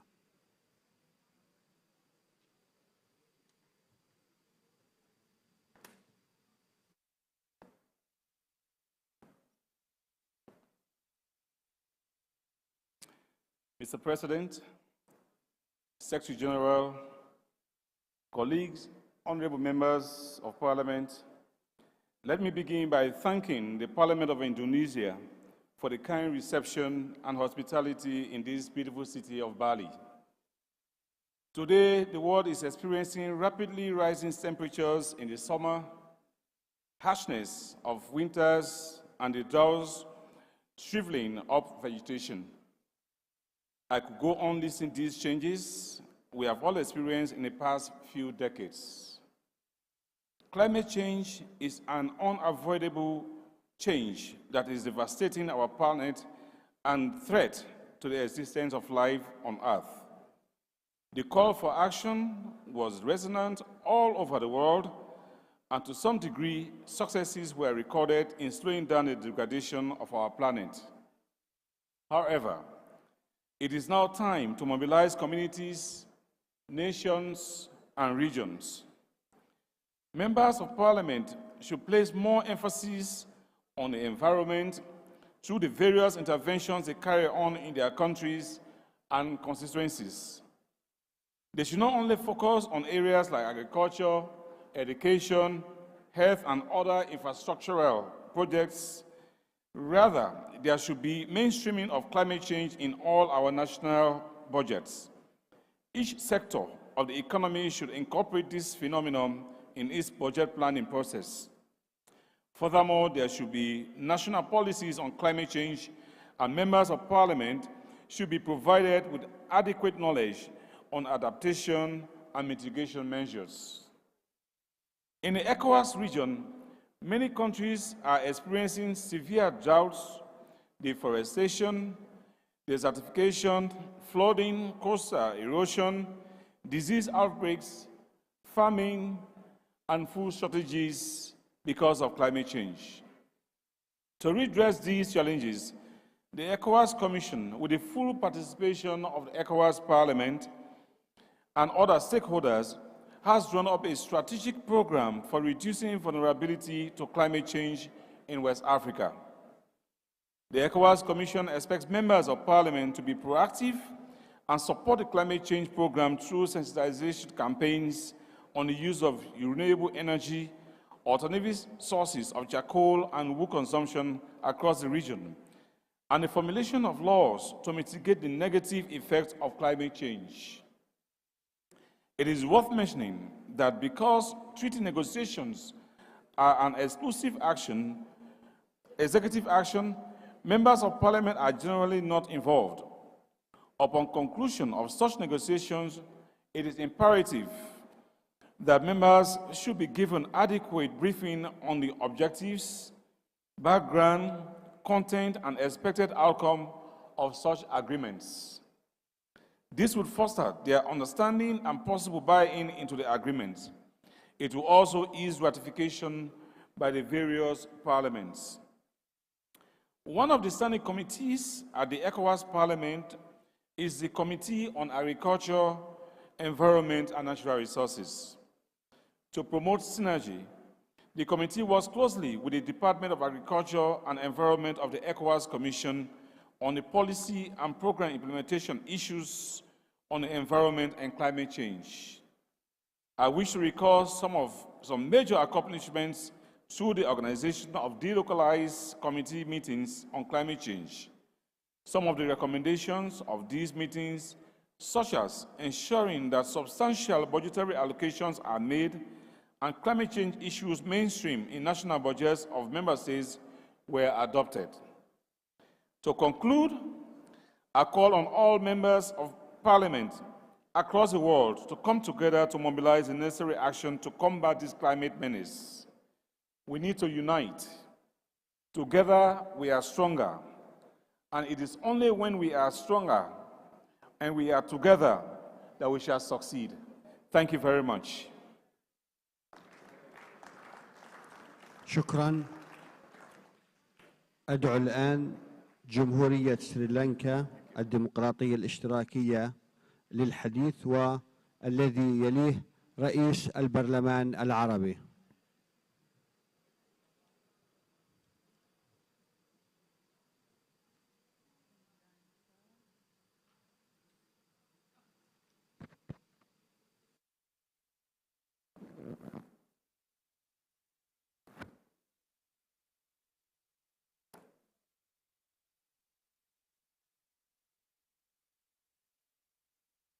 Honorable Chair, distinguished parliamentarians, ladies and gentlemen. Today I am glad to address you in Nusa, Bali, Indonesia. Climate change is one of the greatest threats to global prosperity and development. It is alarming that the increasing emissions of greenhouse gases will leave the world irrevocably changed. Climate change reflects on rise of sea level and vastly different climate during devastating heat waves. Persistent droughts and unprecedented floods, it would impact the lives of people, mainly in poor and vulnerable, including food and health security, infrastructure, and ecosystem integrity. As the policymakers, we unitedly stand for the global priority to cut global greenhouse gas emissions, increase forest coverage, and resist environmentally harmful human activities in order to limit global average temperature rise. We strongly believe that legislatures, as the representatives of the people, have pivotal role in identifying, highlighting good practice at the local level in order to formulate national policies and legislation while educating the general public about the global challenge of climate change. Now let's briefly discuss the situation in my country, Sri Lanka. Sri Lanka, the tropical nation, is highly vulnerable to the impacts of climate change. As a small island in the Indian Ocean, the coastal region of Sri Lanka is susceptible to changes in sea level. 1/3 of the total population of the country lives in the coastal belt, which was severely affected in the tsunami in 2004. It was indicated vulnerability of sea level in the future. Global climate changes also would affect the national economy and livelihood of the people who are engaged in tourism, agriculture, plantation, and fisheries sectors. In order to address the environmental challenges caused by climate change Secretariat was established under the Ministry of Environment. The Cabinet Memorandum adopted in 2021 on national determination contributions related to Paris Climate Agreement to the United Nations Framework Convention on Climate Change is highlighted that Sri Lanka has been acting as a stakeholder of the United Nations Framework Convention Climate Change from 1993 and signed the Paris Climate Agreement and ratified the agreement in 2016. The fundamental objectives of the Paris Agreement is to maintain global warming under 2 Celsius compared to the pre-industrialization era level and to take all applicable precautions to maintain it as 1.5 Celsius.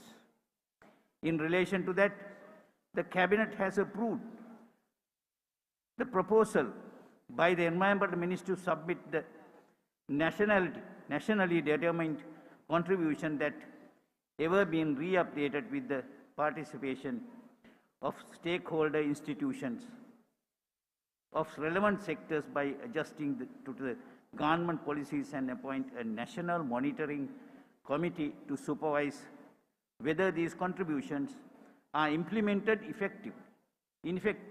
efficiently and productively. The action plan covers the following strategic areas. Number 1, the clean air in everywhere. Number 2, the saving the fauna and flora and ecosystems. Number 3, meeting the challenge of climate change. Number 4, wise use of the coastal belt and the sea around. Number 5, responsible use of land resources.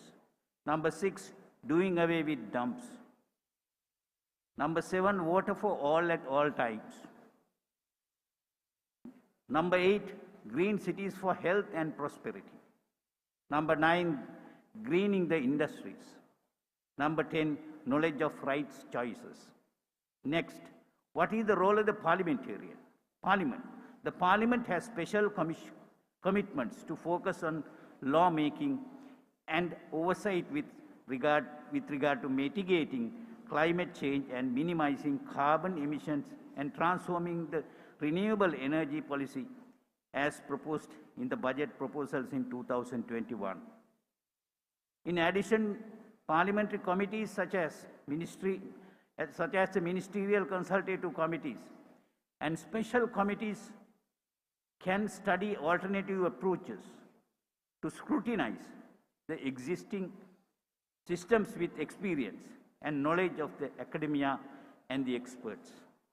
The parliamentary committees provide ideal forums for fruitful discussions on key areas.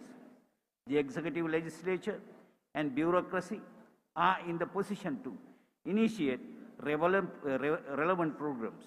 Finally, it is the responsibility of the Parliament to allocate more financial resources for climate action, which is goal number 13 of the Sustainable Development Goals. Thank you very much for being listened to me. Thank you.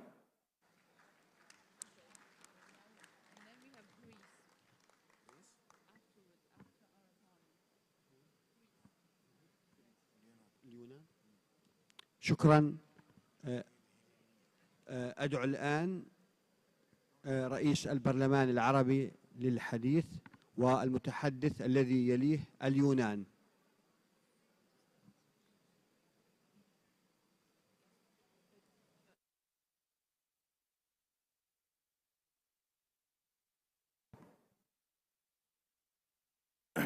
معالي السيد رئيس الاتحاد البرلماني الدولي، معالي رئيس الجلسة، معالي الأمين العام للاتحاد البرلماني الدولي، أصحاب المعالي رؤساء البرلمانات ورؤساء الوفود البرلمانية، السيدات والسادة الحضور الكريم، السلام عليكم ورحمة الله وبركاته. يطيب لي بداية أن أعبر عن سعادتي البالغة للمشاركة في اجتماعات الجمعية 144 للاتحاد البرلماني الدولي، معربا عن خالص الشكر وعظيم التقدير لبرلمان جمهورية إندونيسيا على حسن تنظيم أعمال هذه الاجتماعات وما بذلوه من جهود مقدرة في هذا الشأن. يظل تغير المناخ هو التحدي الأصعب الذي يواجه عالمنا اليوم، لما له من تداعيات خطيرة تمتد إلى شتى مناحي الحياة وتؤثر على مستقبل الأجيال الحالية والقادمة. ولا شك في أن معالجة هذه الأزمة لا تقتصر على الجهود التي تقوم بها الحكومات فقط، وإنما للبرلمانيين دور محوري في هذا الشأن، وذلك من خلال صلاحياتهم التشريعية والرقابية التي تجعلهم ضمانة رئيسية لتنفيذ أهداف اتفاقية الأمم المتحدة بشأن تغير المناخ وترجمة الالتزامات الواردة في هذه الاتفاقية إلى تشريعات وطنية داعمة للاقتصاد الأخضر. أصحاب المعالي والسعادة، السيدات والسادة الحضور الكريم، نتفق جميعاً على حتمية العمل الدولي الجماعي لمواجهة أزمة تغير المناخ. وفي هذا السياق اسمحوا لي أن أؤكد باسم البرلمان العربي أن أي تعاون بناء ومثمر في هذا المجال يجب أن يقوم على ركيزتين أساسيتين. الأولى، ضرورة وفاء جميع الدول بالتزاماتها استناداً إلى مبادئ الإنصاف والمسؤوليات المشتركة، ولا بد أن نكون صريحين في هذا السياق ونأكد على ضرورة الالتزام بمبدأ العدالة المناخية الدولية في تنفيذ الالتزامات الواردة في الاتفاقية للأمم المتحدة المعنية بتغير المناخ، وتحقيق التناسب بين المسؤوليات التي يجب أن تتحملها الدول مع حجم ما تتسبب فيه من أضرار للبيئة. ففي الوقت الذي تتسبب فيه الدول أكثر تقدماً في إنتاج النسبة الأكبر من الانبعاثات الضارة والمسؤولة عن الارتفاع العالمي في درجات الحرارة، نجد أن الدول محدودة الموارد هي الأكثر تأثراً بتغير المناخ والأكثر تحملاً لتبعياته. لذلك لا بد أن تكون هناك عدالة في توزيع الأعباء وتحمل التزامات ذات الصلة. أما الركيزة الثانية فهي ضرورة مساعدة الدول النامية على تنفيذ التزاماتها في مواجهة تغير المناخ وفقاً لاتفاق باريس، والذي تعهدت الدول المتقدمة بموجبه بتقديم 100 مليار دولار سنوياً لصالح تموين المناخ في الدول النامية، وهو ما لم يتحقق حتى الآن. لذلك لا بد من القضاء على هذه الفجوة القائمة بين التموين المتاح وحجم الاحتياجات الفعلية للدول النامية، وأتطلع إلى أن يصدر عن جمعيتنا نداء برلمانيا عالميا يطالب الدول المتقدمة بالعمل على تنفيذ تعهداتها بتوفير التمويل اللازم للدول النامية في هذا المجال. أصحاب المعالي والسعادة، السيدات والسادة، الحضور الكريم، لقد بذلت الدول العربية جهود مضنية وأطلقت مبادرات رائدة من أجل مواجهة أزمة تغير المناخ، وأشير في هذا السياق إلى مبادرة الشرق الأوسط الأخضر التي أطلقتها المملكة العربية السعودية، والتي تضع خارطة طريق طموحة وواضحة المعالم لحشد الجهود الإقليمية للتصدي لأزمة تغير المناخ. وأدعو جمعيتنا إلى دعم وتبني هذه المبادرة التي تمثل نموذجاً يحتذى به في جهود التصدي لأزمة تغير المناخ على المستوى الإقليمي. وفي الإطار ذاته نتشرف بأن دولتين عربيتين سوف تستضيفان قمتي مؤتمر الدول الأطراف في اتفاقية الأمم المتحدة لتغير المناخ، وهما جمهورية مصر العربية العام الجاري 2022 ودولة الإمارات العربية المتحدة العام القادم 2023، وهو أمر يجسد الجهود الرائدة التي تبذلها الدول العربية في مواجهة هذه الأزمة.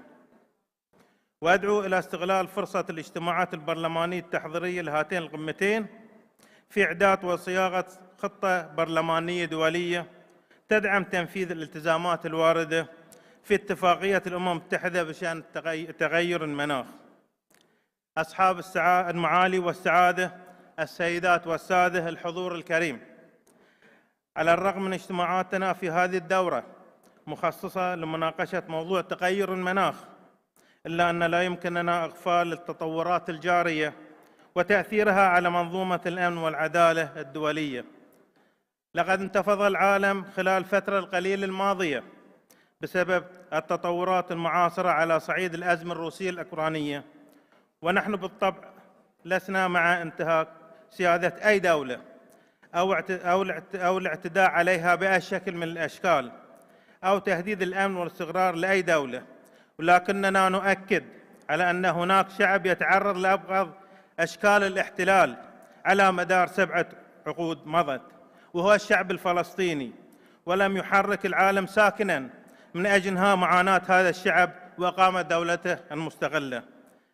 أن التعامل الدولي مع قضية الشعب الفلسطيني ومع تطورات الأزمة الروسية الأوكرانية يمثل نموذجاً صارخاً لازدواجية المعايير، في حين أن التعامل الإنساني يجب أن يكون واحداً في جميع الأزمة والأمكنة ومن جميع الشعوب. ما نطالب به هو أن تكون هناك معايير عالمية موحدة لتحقيق العدالة الدولية التي ننشدها جميعاً. وفي الختام أشكركم على حسن الاستماع، والسلام عليكم ورحمة الله وبركاته. شكراً.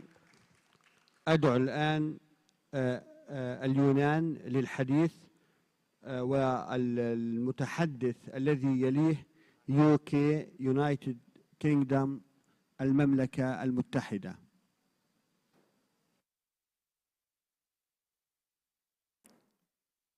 Thank you, Mr. Chairman.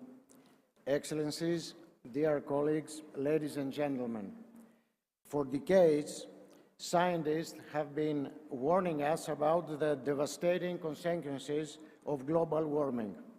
Although international organizations, governments, and politicians keep setting goals to avoid the worst, most of these goals never achieved. Today, climate change and its consequences have overtaken us. Every continent, every region, and every country facing significant challenges due to climate change. Extreme heat and cold conditions, storms in higher frequency and intensity, floods and wildfires are some of the dramatic effects of this phenomenon. The growing number of climate-related disasters has shifted awareness, and today many governments accept climate change as an issue of national security. None of us has the right to stay still, leaving the so-called big polluters to act. Every single country's action has an impact of the world's global green transition. Thus, cooperation and collaboration are essential. International commitments as the Paris Agreement and the 2030 Agenda cannot be materialized without national actions. All countries need new climate laws as a legal framework for the next 20 or 30 years. We should ask ourselves which targets or goals we need to achieve on a national level and describe and define the roadmap for the years to come. As parliamentarians, it is our duty to ensure that these laws not only created, but also applied, because climate change causes disasters, which in turn increase inequality and poverty. Furthermore, we have to make sure that a number of other policies are also adjusted. For example, warning systems and defenses have to be set up, as well as resilient infrastructures. This is essential in order to prevent loss of lives, destructions of homes, livelihoods, loss of jobs, etc. There is also need of social assistance for people facing such dramatic situations. In this context, interparliamentary cooperation can contribute to the exchange of expertise and best practices. In Greece, for example, we had a major catastrophe by mega fires last summer, and social assistance was a critical issue. Strong political will and determination is required for comprehensive approach and response to climate change. And this, of course, means extra financing, which is rather a problem for many countries. Ladies and gentlemen, in the European Union, we recently took the decision to create a European Recovery Fund in order to cope up with the economic crisis after the pandemic. And among others, with this fund, we are financing actions and policies to prevent climate change, investing in renewables, investing in green energy, accelerating the phase-out of coal energy, and speeding up the switch to electrical vehicles are some of the measures to achieve the ambitious 2030 emissions reductions. At the same time, these actions boost the economy and contribute to creations of new jobs. So actually it's a win-win situation. As many countries face difficulties to afford the green transition, the European Union supports developing countries in reducing their greenhouse gas emissions and adapting to the impacts of climate change. In 2020, 23.4 billion euros were committed by the European Union for this purpose. The EU also remains committed, contributing towards the developed countries' goal of jointly mobilizing 100 billion euros per year to support developing countries until 2025. As parliamentarians, we need and have to press our governments to act effectively against climate change and to implement the relative international agreements. We are running out of time. There is no space for excuses. It is our generation's obligation to hand over to our children and grandchildren a better and safer planet. Finally, ladies and gentlemen, I wish to share a thought. It's so pity to see these days the billions of dollars and euros caused by the war right now in Russia. Imagine if all this money and then the money to reconstruct Ukraine were devoted to the climate change, to prevent climate change. Just think about that. It's so pity. Thank you very much. شكرا. أدعو الآن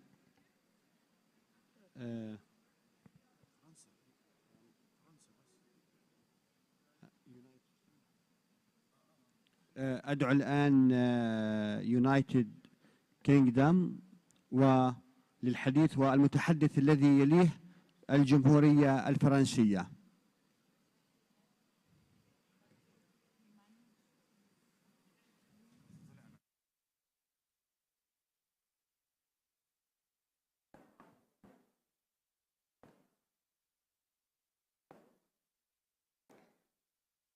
Thank you very much, ladies and gentlemen, fellow parliamentarians, and thank you to our Indonesian hosts for your warm welcome to your beautiful country. The theme of this debate is getting to zero and mobilizing parliaments to act on climate change. However, this assembly is taking place during 3 simultaneous crises. Yes, there is a climate emergency. There is also a pandemic. But there is also an illegal and brutal invasion by one UN member state of another UN member state. Parliamentarians, let us commit ourselves at this assembly to ending these 3 crises. First of all, there can be no more shocking environmental damage than that created by bombs, that created by tanks invading a neighboring country.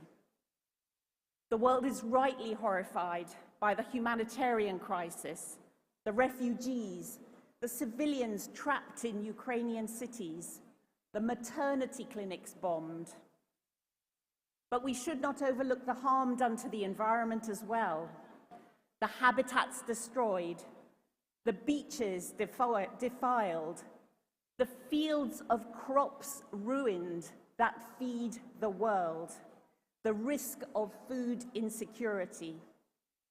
We cannot look away from the sheer environmental crime of thermobaric weapons, reports of white phosphorus and untargeted air raids. We know how to end this crisis.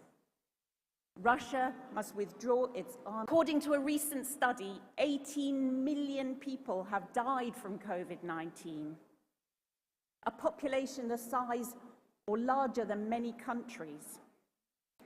We know how to end this crisis too. Thanks to the work of brilliant scientists around the world, there's a range of effective vaccines and the will to donate them. As we agreed unanimously at our last assembly, we must make every effort to help distribute these vaccines equitably and to the remotest parts of our world. So, parliamentarians, I give you good news. These 2 terrible crises can end soon. Tomorrow, Putin could choose to end his illegal invasion. And this year, if we focus resources on a comprehensive vaccine rollout, with the right doses, getting to the right places at the right time, we can do what we have seen in my country and move from pandemic to endemic status for this disease. The climate emergency can be solved too, but only if we as parliamentarians take action. The UK was honoured to host COP26 with Italy this year, and we published a strong outcome document from parliamentarians, which was agreed unanimously by all of those who joined us in Glasgow. And already the UK Parliament has put into law the need to get to net zero by 2050. We've installed offshore wind generating capacity, which in our very windy islands means that we often get half of our electricity from wind. We've installed solar, which even in our cloudy islands means we can often generate a lot of domestic power during the day. We've installed onshore wind, hydropower, and we have great capacity to do more. We have nuclear, we're building new nuclear, and we have developed small modular nuclear reactors. Only 3% of our energy comes from Russia, And with the price now for fossil fuels, we have the added attraction that renewables are often now cheaper than fossil fuels. The Russian invasion of Ukraine has given new impetus to us and to our allies to wean ourselves off Russian oil and gas and invest in cleaner energy sources. And we're doing other things. 1 in 4 cars that were bought in the UK last year was an electric car. We're investing in new solutions like hydrogen buses, electrified railways, hydrogen trucks. We're finding timeless solutions like reforestation, reducing unsustainable wood burning, and preserving peatlands and wetlands. So parliamentarians, what gets measured gets done. And we have put into law milestones on our journey to net zero, and Parliament plays a key role in measuring that progress, holding the government to account. So there are 3 crises in this world at the moment, and 3 solutions.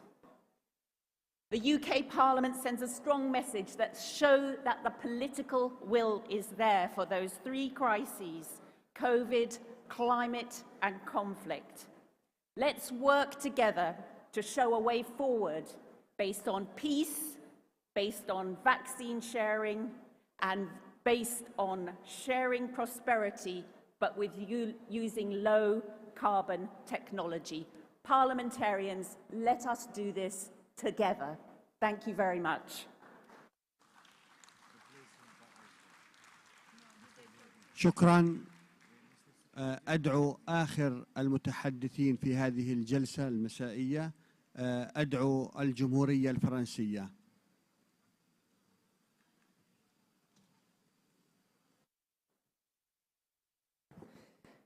Merci, Monsieur le Président, mes chers collègues, Monsieur le Secrétaire général.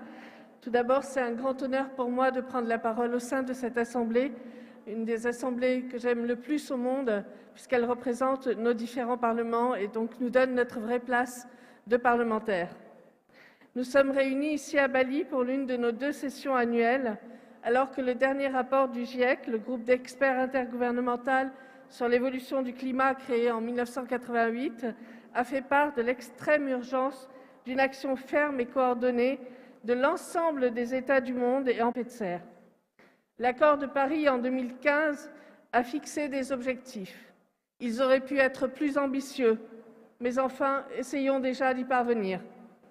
Ne nous cachons pas, nous avons et nous aurons toujours besoin demain d'énergie. La guerre en Ukraine et la flambée des prix des carburants nous le rappellent chaque jour. Nous ne pouvons pas nous permettre d'avoir une énergie trop chère, sinon nous le payerons en troubles sociaux et politiques. Pendant ce temps, la lutte contre le réchauffement climatique ne serait pas engagée. Alors, comment faire pour avoir une énergie plus propre, mais tout de même abordable? Mon pays, la France, a fait le choix d'engager un certain nombre d'investissements dans le nucléaire civil, qui, malgré les risques en termes de sûreté et de sécurité, reste une énergie décarbonée. Nous avons aussi résolument investi dans les énergies renouvelables, éolien, photovoltaïque, barrages hydroélectriques. Évidemment, ce sont des investissements lourds qui ne sont pas à la portée de l'ensemble des pays, surtout ceux qui ont des ressources limitées. J'appelle ici nos parlements à demander, chaque fois que l'occasion se présentera, un renforcement du Fonds vert pour le climat.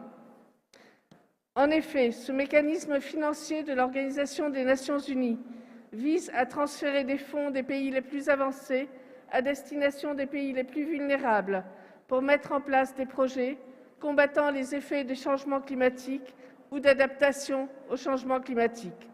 Ce fonds vert est essentiel pour ne pas transférer la dette écologique que nous, pays du Nord, avons créée et pour qu'elle ne soit pas supportée d'abord par les pays du Sud. Je vous remercie de votre écoute.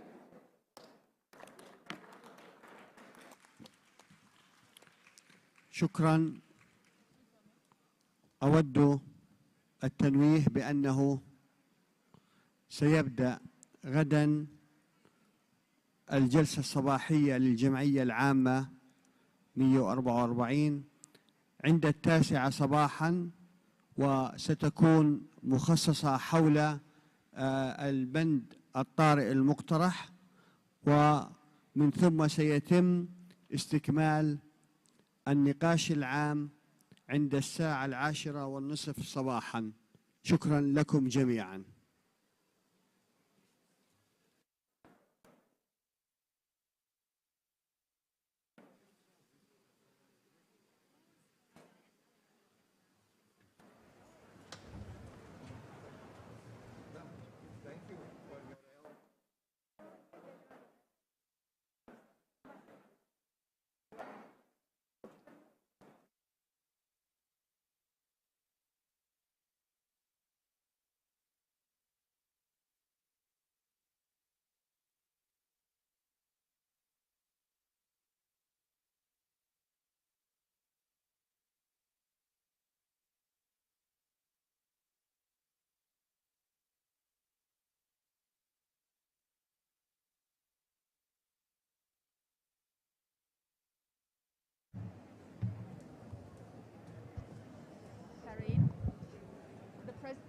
Where's the president's Bible?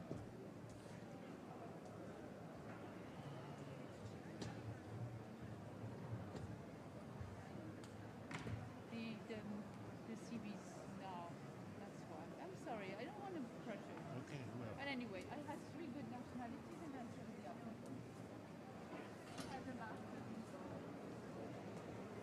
Hello, Mr. President. Hi. Hi. This is the Bible. And this is the Yorkshire.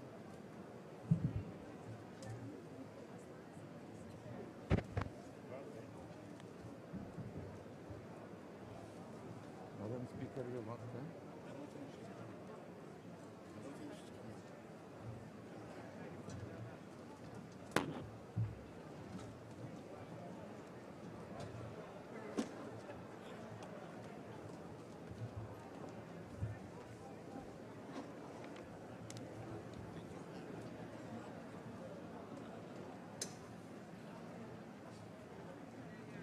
Maybe this, they will not accept this one.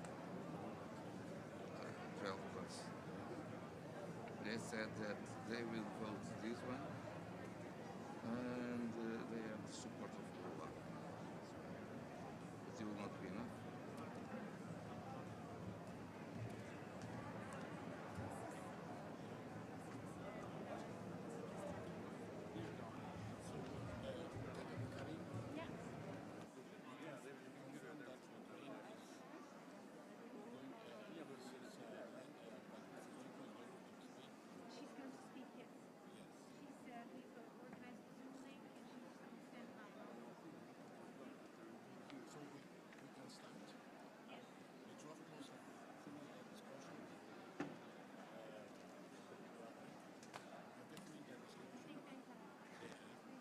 Yes, I saw Cecilia, Hortense, it's here.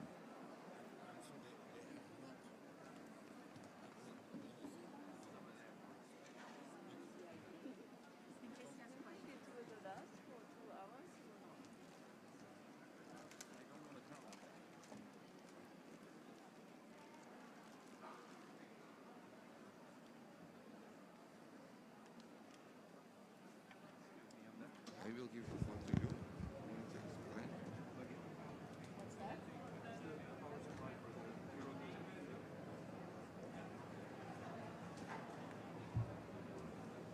But what is important to explain?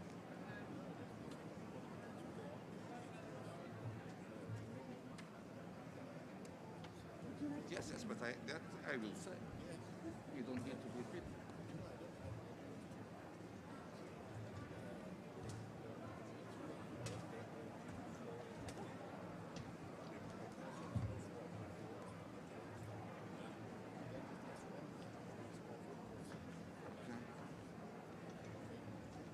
Because yes, to explain the proposal. This is not you, this is a mistake. Okay. It's working now already.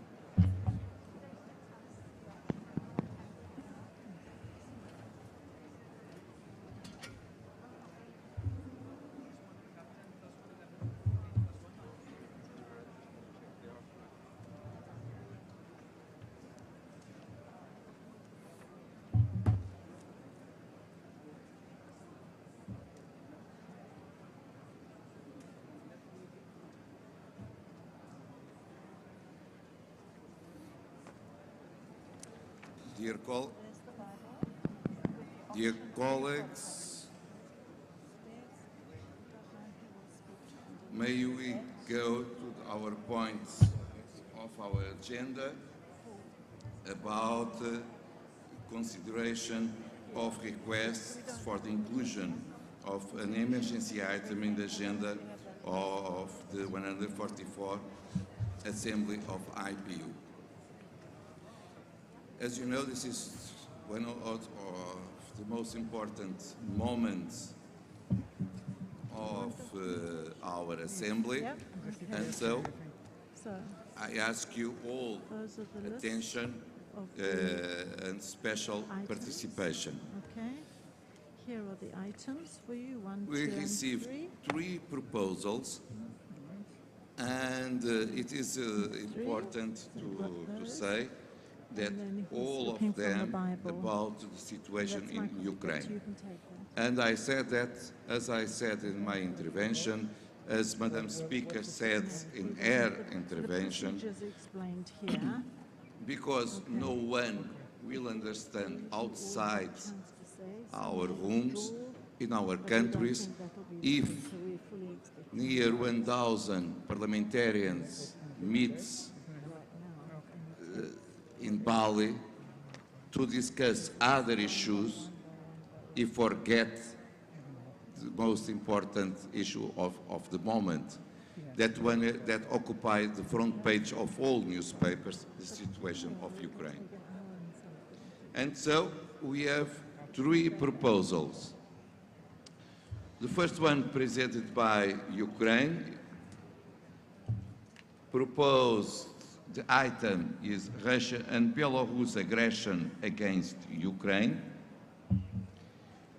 Then we receive a proposal of Indonesia. The title is the role of parliaments in supporting a peaceful resolution to the Russian-Ukraine conflict. And New Zealand proposal, a peaceful resolution of the war in Ukraine, respecting international law, the Charter of the United Nations, and territorial integrity. But just one may be approved. And so I will give the floor to the Secretary General to explain to the new members, because the other ones know it quite well, how is the methodology of votes in our organization during this time of emergency item. Mr. Secretary General.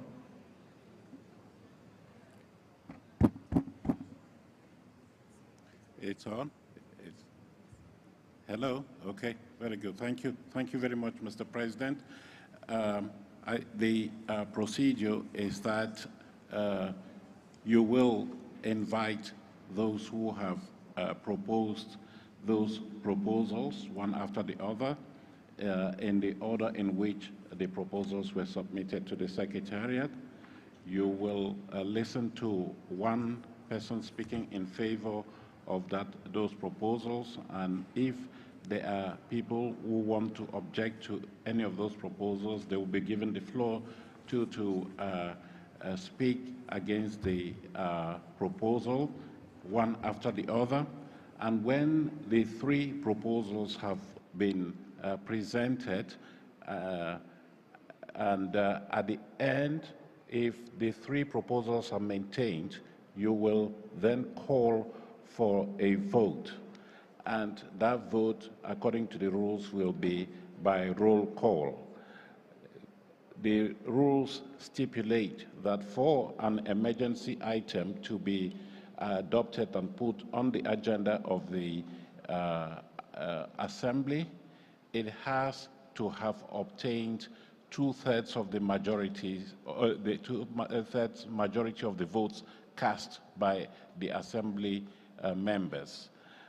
And in the case of several proposals, the one that will be accepted is the one that has obtained the 2/3 majority and also the most votes. Mr. President, as you have said, only one item may be placed on the agenda of the Assembly as an emergency item. Regarding the voting entitlements, each delegation present here is entitled to a number of votes, though there is a table indicating how many votes each delegation may cast, depending on a number of criteria that are defined in the rules. And I do take it that you all have that table in front of you and that you know how many votes you will be able to cast in each of in the voting on each of the proposals that will be put to the vote. So once that initial phase of explanation of the proposals has been concluded, Mr. President, and in the event of several proposals still being on the table, then you will call for a vote. Otherwise, if there is just one item that remains on the table, then you don't need to do a roll call vote. The Assembly will be called upon to adopt that proposal by acclamation.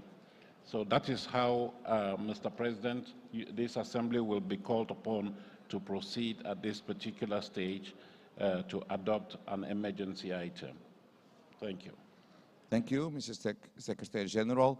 It's always important to present the methodology of vote. I know that for many of us that attending the meetings of IPU for a long time, it's a repetition, but in all our assemblies we have new colleagues attending, and we need to explain, because it is not easy to explain our system of vote. Dear colleagues, so it's clear that one person may present the item and another one, just one, is our statutes what to say, may speak against. So we have three proposals, and we need to begin for the first one, of course. That was presented on 16th of March by Ukraine. And I will call the representative of Ukraine to present a proposal. It will be in a virtual way, by video, and we will give the floor to our colleague.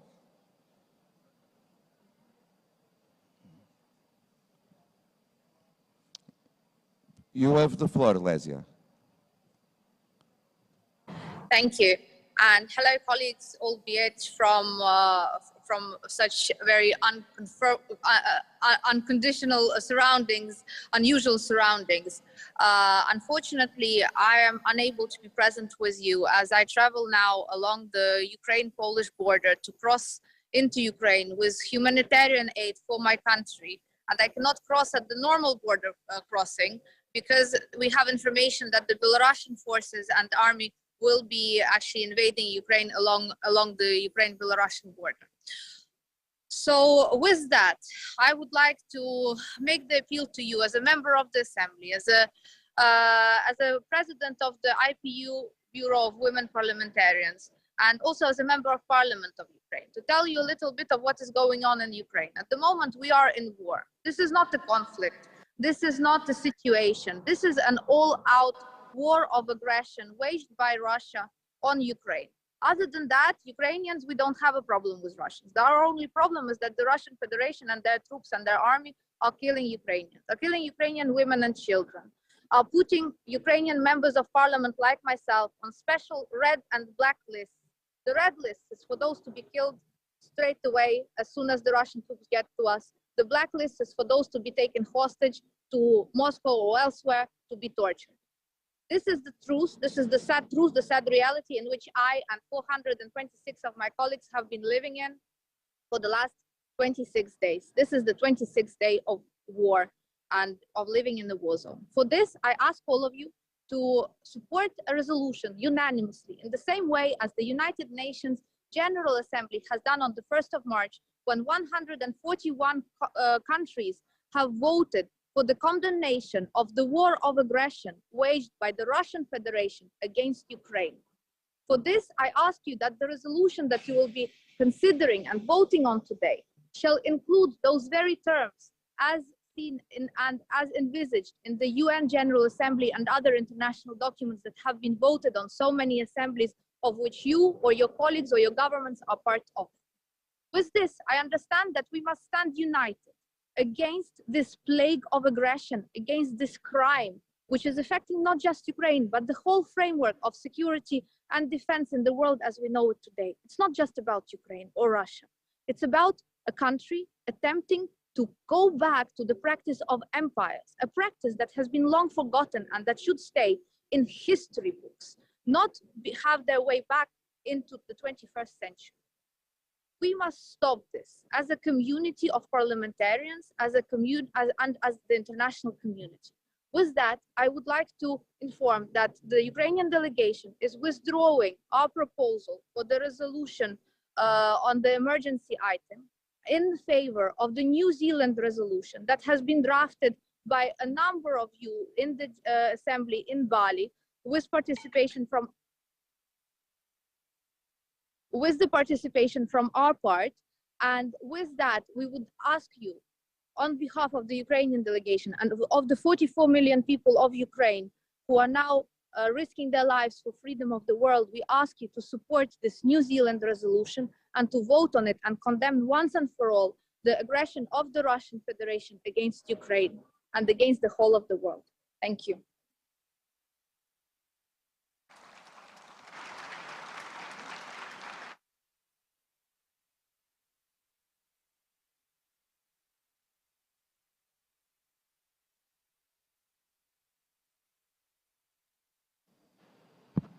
Thank you.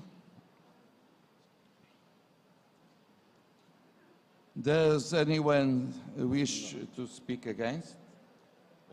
There is no proposal to speak against. Okay. The Secretary General, we are right. As the proposal, as Ukraine withdrew the proposal, there is no possibility that someone speaks against something that was a withdrawal. You are right. And so we go to the second proposal by Indonesia on 20th of March. Mr. Zon will propose, yes.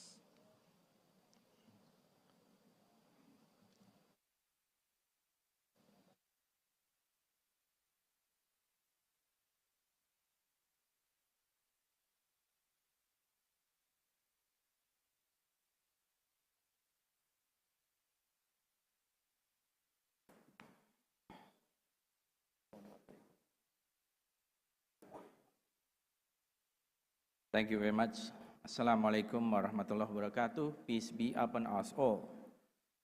The Interparliamentary Union, IPU, was established to be the bridge builder, and we base our organization on the foundation of parliamentary democracy. So therefore, we would like to submit the role of Parliament the role of parliaments in supporting a peaceful resolution to the Russian-Ukrainian conflict, because we are the parliamentarians and we represent the people. This proposed emergency item aims to highlight the urgent need to enhance Parliament solidarity through effective parliamentary diplomacy and human rights to address the overarching conflicts that have threatened peace, democracy, and human rights all over the world. In crisis and conflict situations, parliaments have a fundamental role to play in resolving the conflict or building lasting peace through dialogue and reconciliation processes. The Interparliamentary Union is the global organization of national parliaments working for peace, democracy, and human rights through political dialogue, cooperation, and parliamentary action, and is responsible for ensuring that our work is at the service of the people for peace and development. In line with the IPU strategy for 2022-2026, collective parliamentary action on strengthening peace and security is imperative. Today, the world is witnessing protracted conflict and violence which have pushed millions into dependence on humanitarian assistance. This has been exacerbated by the infringement of international laws and the principles of the Charter of the United Nations.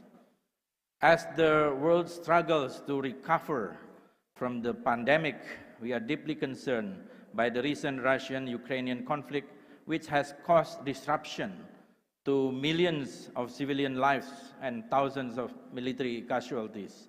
This situation has also forced millions of people to flee the country, which has led to worsening humanitarian crisis. The conflict has also had multiple effects leading to economic downturn and social chaos, which creates further complexities. Its impact has transcended administrative borders and become pervasive across the region. So in response to this situation, Parliament's collective action in promoting respect for territorial integrity and sovereignty is critical to ensure a conducive environment for peaceful dialogue to take place and the safe passage of all civilians, regardless of their national, ethnic, and racial backgrounds. More importantly, parliamentary diplomacy is playing an increasingly important role in peace initiatives and conflict prevention efforts.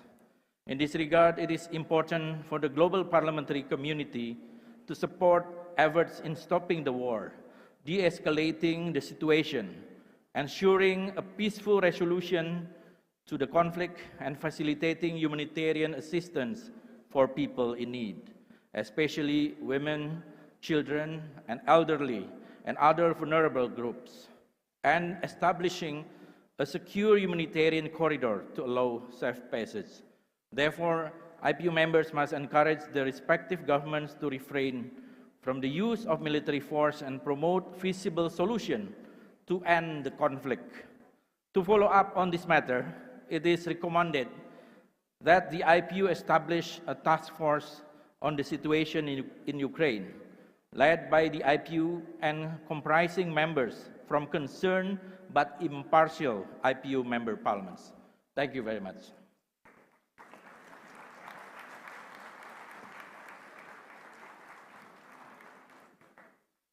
Thank you.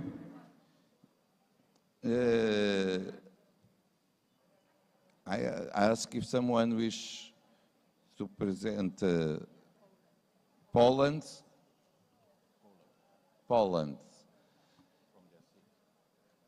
You can, from your seat, to express your reservation to this proposal.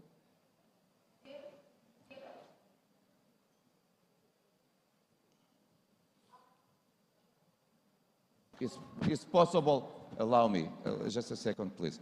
Is possible to have the image of the speaker on the screen? Because if there is no, you come to the podium.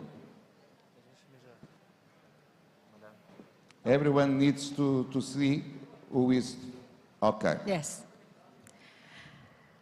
Dear colleagues, in behalf of the group 12+, I am against this proposal of Indonesia. Why? It's very easy. This is not ordinary conflict. This is war. This is war. This is unprovoked, unjustified military aggression against Ukraine.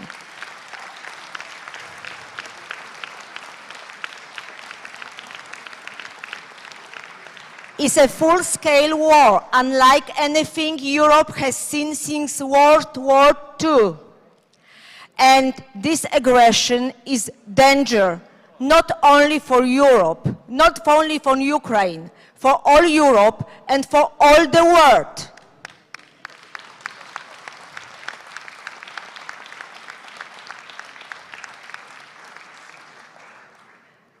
And all the countries, all the continents will have the consequences of this war in economic level, migration level, climate change level, everything. That's why we are against. We support this New Zealand proposal.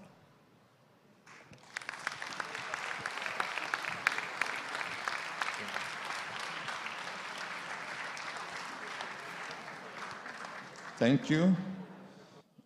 Now to the proposal 3 from New Zealand, presented on the 21st of March. I will give the floor to our colleague, Louisa Wall.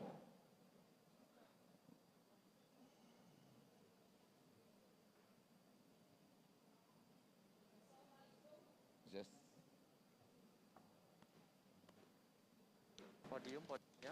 Which one? Podium, wireless podium. Yeah? Okay, just put it up. Thank you. Assalamu alaikum, tēnā koutou katoa. Mr. President, dear friends and colleagues, as a representative of the New Zealand Parliament, we could not be more distant from the conflict in Ukraine. Unlike our colleague Lesia Vasilenko and her colleagues, and like all of us, we can only do what we can do to support our Ukrainian citizens who need our help to meet their immediate and basic humanitarian needs, and to stop the destruction of homes, of communities, of the Ukrainian way of life. And therefore, in the spirit of the IPU commitment to democracy for everyone, New Zealand has proposed this emergency item: peaceful resolution of the war in Ukraine, respecting international law, the Charter of the UN, and territorial integrity. This title was so eloquently articulated on this stage last night by Her Excellency Dr. H.C. Puan Maharani, that underpins our international rules-based system. So, with drafting support from colleagues representing Ukraine and Indonesia, we propose this emergency item. This will ensure the intent of both of these proposals are respected here at this 144th IPU. We ask that we come together in the spirit of unity to ensure a dialogue about the situation in Ukraine in a manner that helps to seek a diplomatic solution, helps to bring about the cessation of hostilities, helps to advocate for peace. We are part of the solution. As parliamentarians, as part of the IPU, an organisation that is 133 years old, please support our proposal that enables all of us to support the Ukraine and Indonesian emergency item proposals. Finally, a thank you to our wonderful Indonesian hosts. May peace be with us all. Kia ora.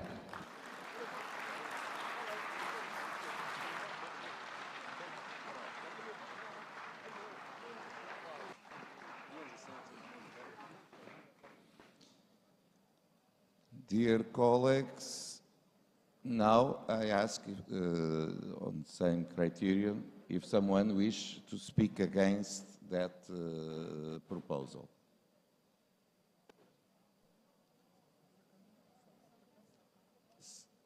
South Africa. Now there is just one, maybe you can understand yourselves, because in accordance with our statutes, it's just one in favor and one against. And so if I saw two, if you talk each other to understand who will speak against. South Africa? Okay. South Africa. No, thank you very much, President. We stand to speak against the emergency item as proposed by New Zealand, and state from the beginning that a much more measured and sensible motion is the one that was introduced by Indonesia, because it specifies just exactly what has to be done by the Interparliamentary Union, a task force that should make practical interventions and encourage dialogue in resolving the conflict in Ukraine. The motion that is proposed by New Zealand already comes with some conclusive remarks in terms of their characterization of what is happening in that part of the world, without due regard and consideration of the geopolitics that are said to be the reasons for the conflict to happen in the manner that it is. So as a representative body, a multilateral institution that reflects different perspectives from different parts of the world, the most sensible thing to do is to work on the basis of a balanced, sensible, and properly measured intervention and guidance of the motion that is presented by Indonesia, instead of one that comes with conclusive remarks and observations which ignores the dynamics that have led to the conflict. There are so many issues that are, of course, contentious in relation to the motion itself. So let's look into it differently. I think that let's take the Indonesia approach so that there is a balanced discussion, not a one-sided conclusive remarks that ignore, of course, the geopolitical issues that have been raised on several occasions. So we stand opposed to the New Zealand motion and support the one that is proposed by Indonesia. Thank you very much. Thank you. So, we have two proposals, and in accordance with our statutes, as the Secretary General explained, if we have just one, it's done. We have two, we need to go to the vote process. And so, to go to the process vote, Ambassador Under Philip will begin the process. Everyone may be seated. As you know, you vote one and the votes for the first one. First one is the proposal of Indonesia. The proposed B is the proposal of New Zealand.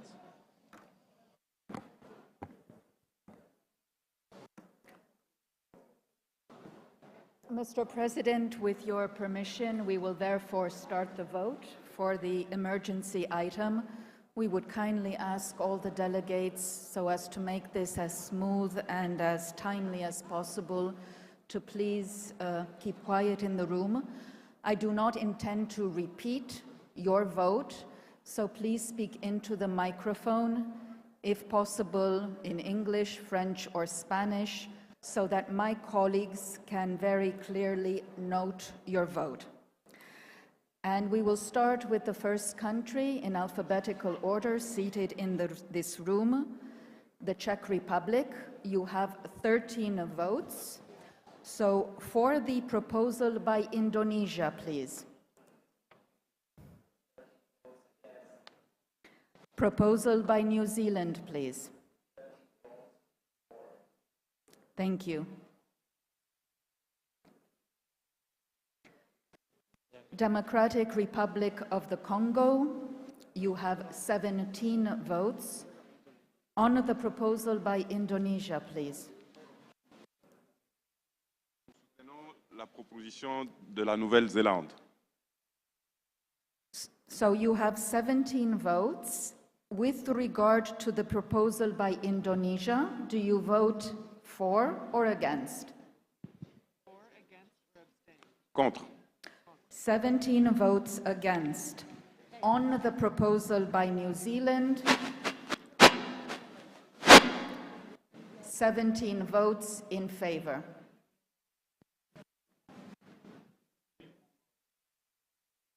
"17 votes in favor." Thank you.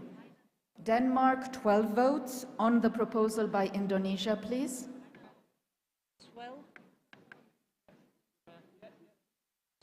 12 votes against Indonesia. On the proposal by New Zealand.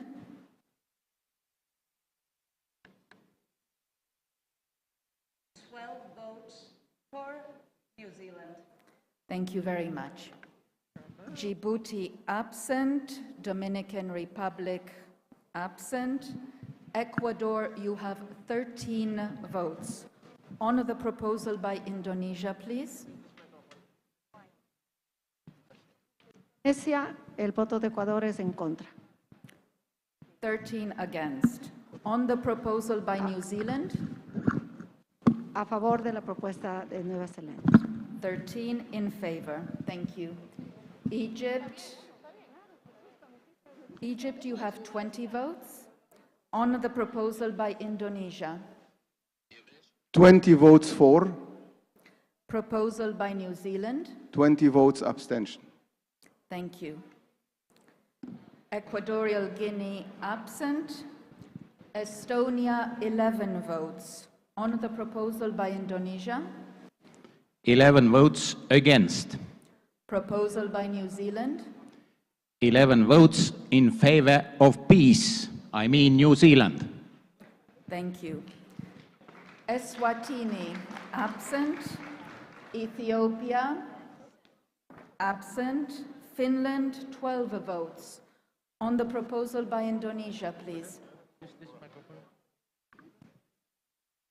Gracias. 12 votos en contra.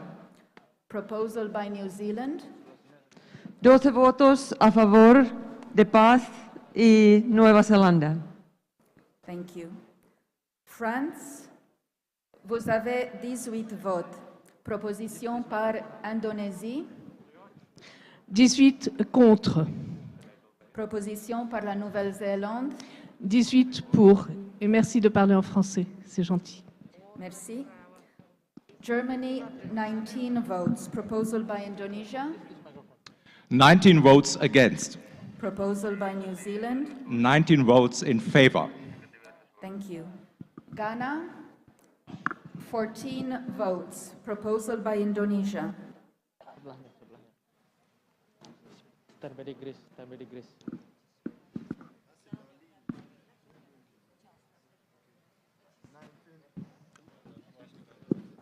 19 votes against.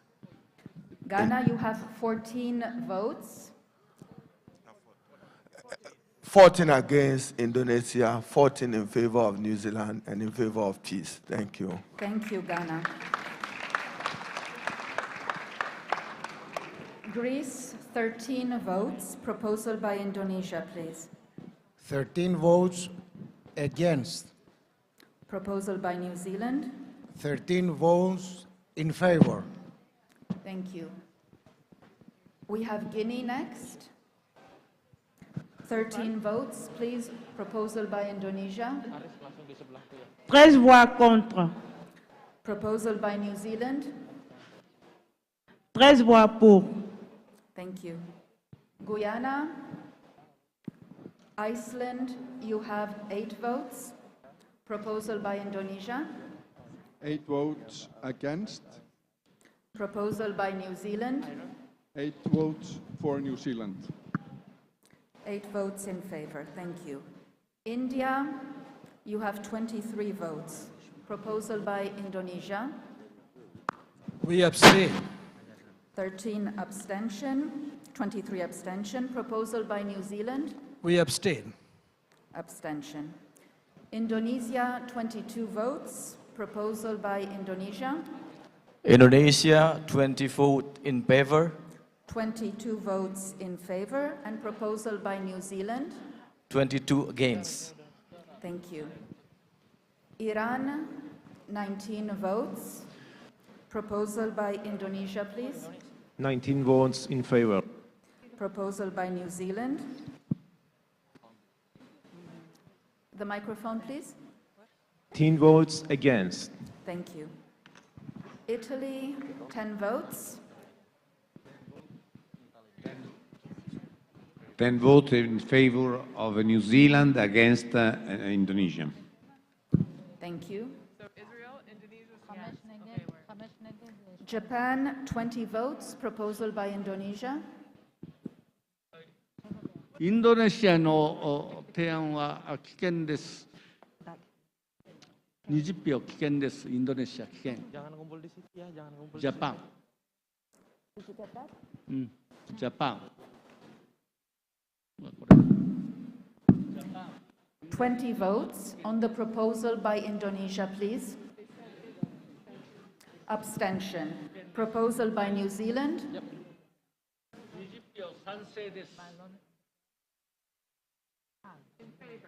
In favor, 20 votes in favor. Israel, 12 votes. Proposal by Indonesia. But Indonesia, 10 against, 2 abstains. New Zealand, 12 in favor. The Ukraine, 7 in favor, 5 against. Thank you very much. The Ukrainian proposal has been withdrawn.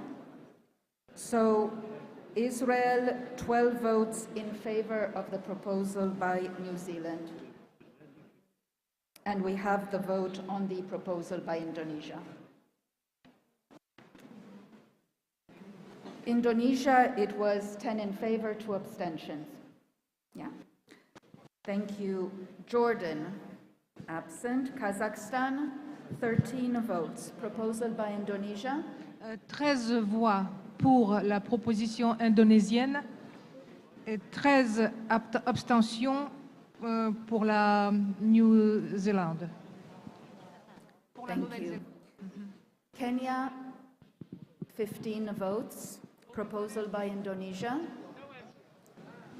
Absent. Kuwait, 11 votes. Proposal by Indonesia. In favor. 11 in favor. Proposal by New Zealand. Abstention. 11 abstention.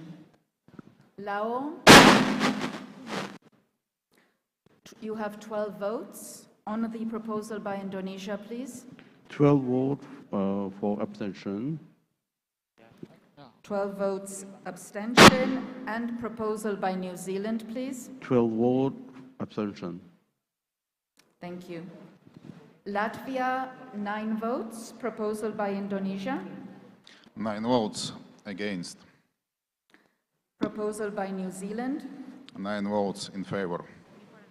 Thank you. Madagascar. Malawi.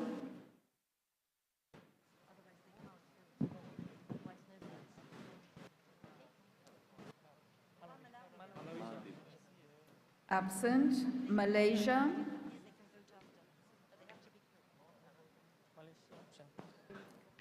Maldives, you have 10 votes. Proposal by Indonesia.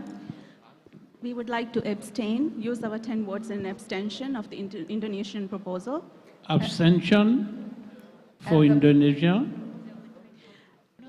And we would like to vote in favor of the New Zealand proposal on the emergency item. 10 votes in favor. Thank you. Malta, 8 votes on the proposal by Indonesia, please. 8 votes, abstention, Indonesia, 8 votes in favor, New Zealand.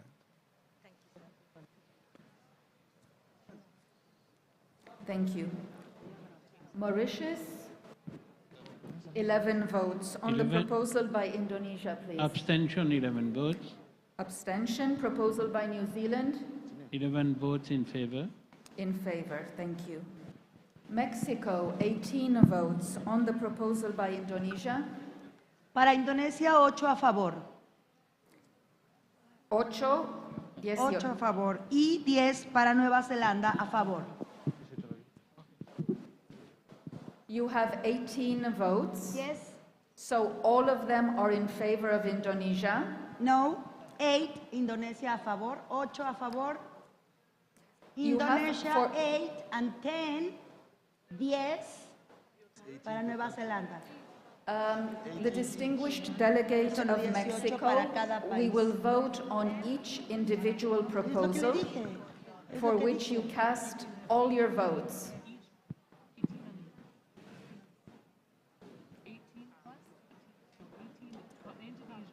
No pueden ser todos a favor.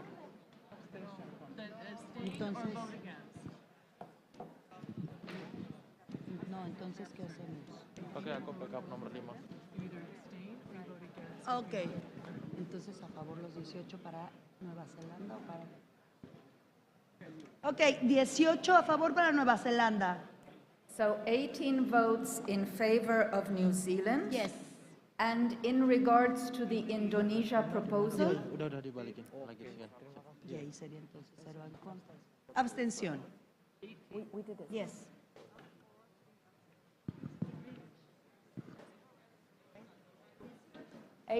Abstention in regard to the proposal by Indonesia. Thank you. We move on to Monaco. Is Monaco in the room?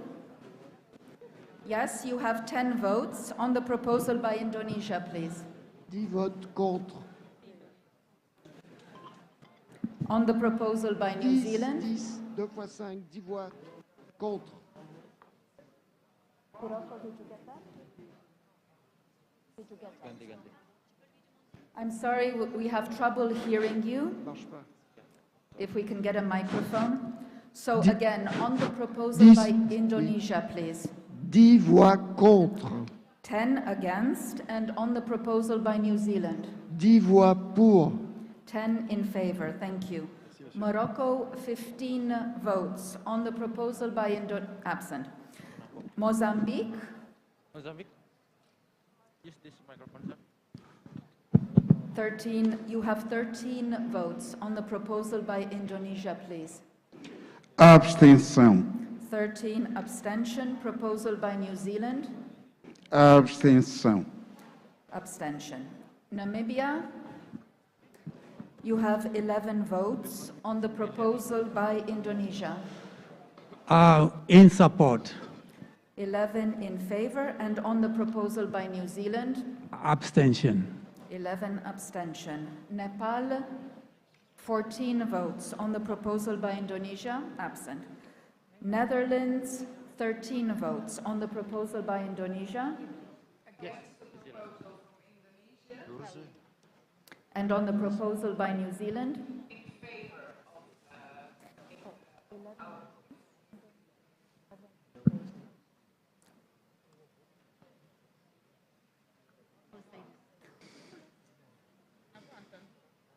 New Zealand, 12 votes on the proposal by Indonesia. 12 votes against. Proposal by New Zealand. 12 votes in favour. Thank you. Niger, 13 votes. Pour la proposition d'Indonésie. Indonésie, 13. 13 en faveur. En faveur, oui. Et pour la proposition de la Nouvelle-Zélande. Zéro. Zéro. We cannot hear you. Zéro. So that means against, yes? 13 against or abstention? Contre. Contre, okay. Nigeria, 20 votes. On the proposal by Indonesia, please. Nigeria, 20 votes in favor. On the proposal by New Zealand. 20 votes totally against. Norway, 12 votes. On the proposal by Indonesia, please. 12 votes against the proposal of Indonesia. And on the proposal by New Zealand. 12 votes in favor of the proposal of New Zealand. Thank you. Oman, 11 votes. On the proposal by Indonesia. نحن مع 11 صوت مع اقتراح اندونيسيا و11 صوت ضد اقتراح نيوزيلندا.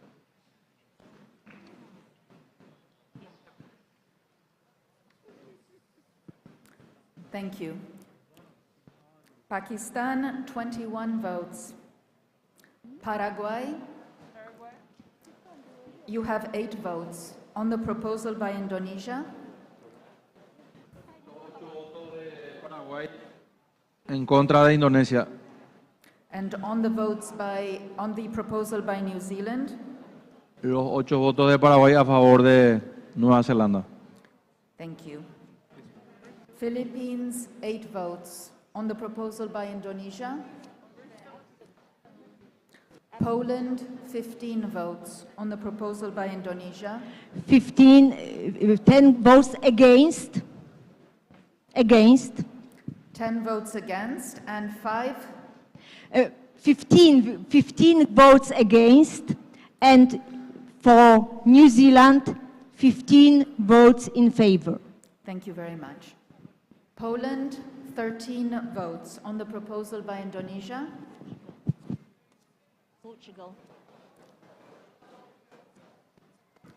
Portugal. You have 13 votes on the proposal by Indonesia. 13 votes against. And on the proposal by New Zealand. 13 votes in favor. Thank you. Qatar. On the, you have 11 votes on the proposal by Indonesia. With it, we are with Indonesia. 11 Disodorin aja, nggak apa-apa, sodorin aja. I'm sorry, this is not coming through. Can you repeat your votes on the proposal by Indonesia? نحن مع مقترح إندونيسيا.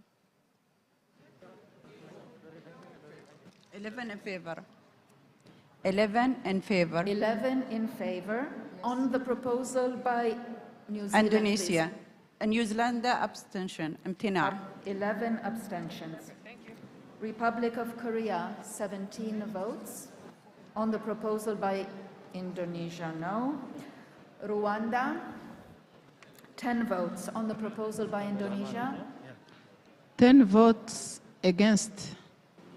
And on the proposal by New Zealand. 10 votes in favor. Thank you. San Marino, you have 10 votes on the proposal by Indonesia, please. 10 votes against. And on the proposal by New Zealand? 10 votes in favor. Thank you. Sao Tome e Principe, no. Saudi Arabia? No. Senegal? Seychelles? Seychelles, you have 10 votes on the proposal by Indonesia, please. Okay, 10 votes abstention. And on the proposal by New Zealand? 10 votes for respecting international law, the Charter of the United Nations, and the territorial integrity. 10 in favor. Sierra Leone, you have 11 votes. South Africa, we move on. South Africa, 17 votes on the proposal by Indonesia.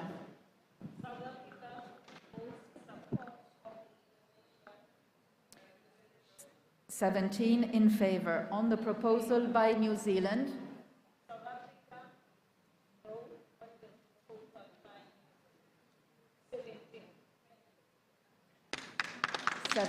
Against. South Sudan, Spain. Spain, you have 16 votes. Sri Lanka, Suriname,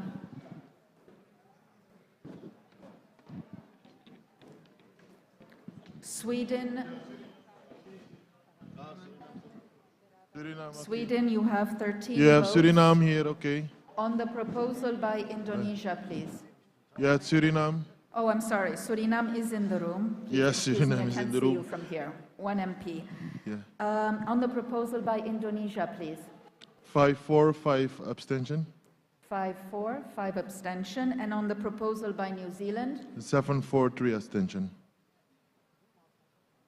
7-4, 3 abstention. Yes, thank you. Thank you. Sweden, 13 votes. On the proposal by Indonesia? 13 against. Proposal by New Zealand? 13 in favor. Thank you. Switzerland, 12 votes. On the proposal by Indonesia? 12 votes against. Proposal by New Zealand? 12 votes in favor. Thank you. Syria?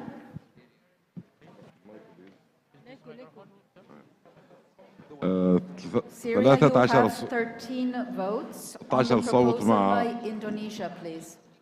13 صوتا مع اقتراح اندونيسيا 13 صوت ضد مقترح نيوزيلندا Noted. Thank you.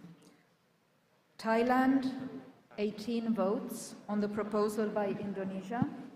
18 vote in favor for Indonesian proposal, and for New Zealand proposal, abstention. Abstention on the proposal by New Zealand. Timor-Leste,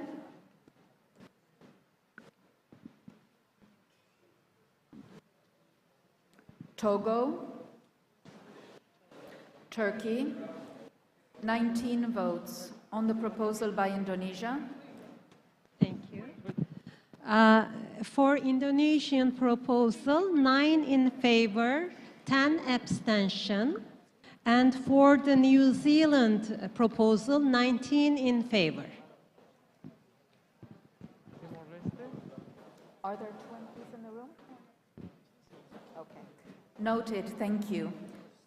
We go back to Timor-Leste. Timor-Leste, you have 11 votes on the proposal by Indonesia, please.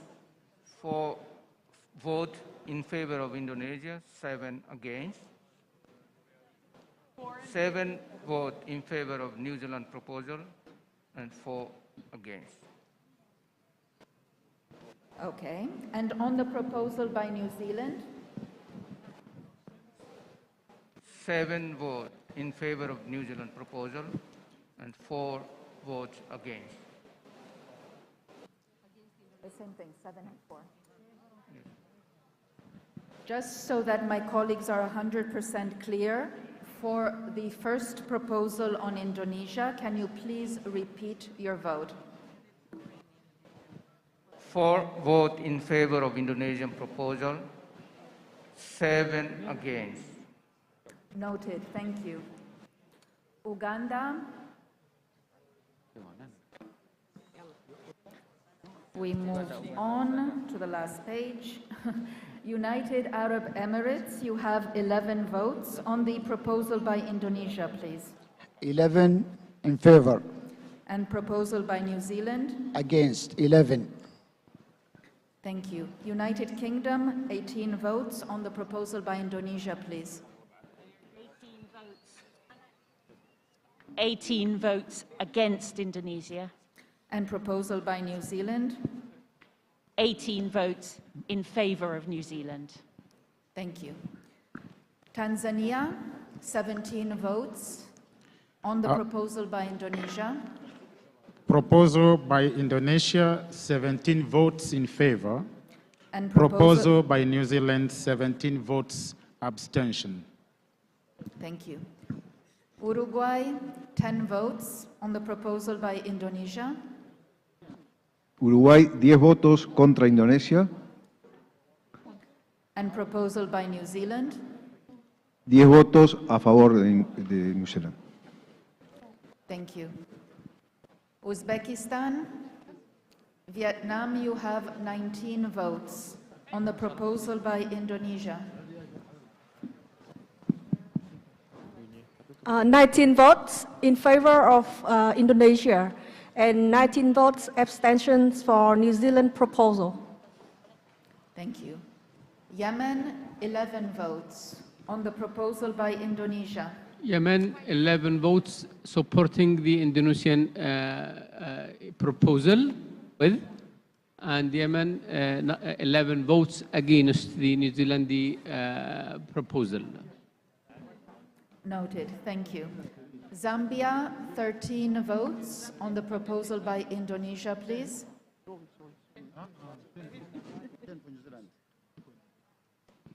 On Indonesia, 3 votes in favor, 3 votes in favor.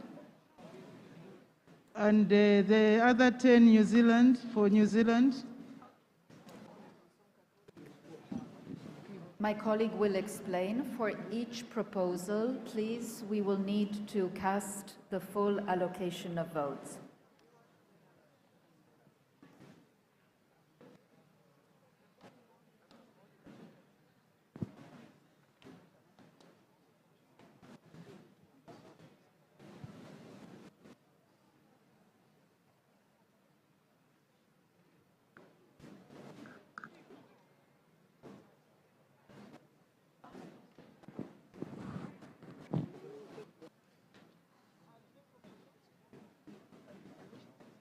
So 13 votes to be cast on the proposal by Indonesia. On Indonesia, 3 votes in favor, 10 abstention. 3 in favor, 10 abstention. And on the proposal by New Zealand, New Zealand, 10 in favor, 3 abstention.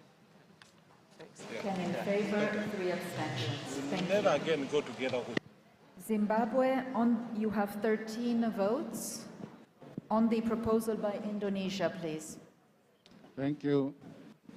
13 in favor of Indonesia. And on the proposal by New Zealand? 13 against. Thank you. Afghanistan, Algeria. Algeria, vous avez 16 votes.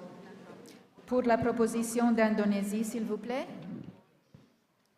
16 صوت لصالح اقتراح إندونيسيا. Oke, mungkin ketutupan sama masker ya, kecil banget tadi suaranya.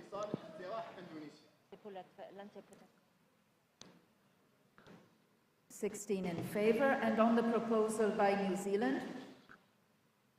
بالنسبة لاقتراح نيوزيلندا 16 صوت امتناع. 16 voix abstention. 16 abstention, thank you.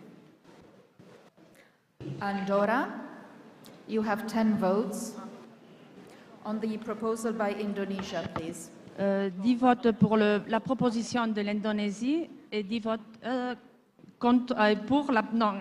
votes contre la proposition de l'Indonésie et 10 votes pour la proposition de Nouvelle-Zélande. Merci. Noted, thank you. Angola, you have 14 votes. On the proposal by Indonesia, please. Angola, 14 in favor. And on the proposal by New Zealand? 14 abstention. 14 abstention. Armenia, 11 votes. On the proposal by Indonesia?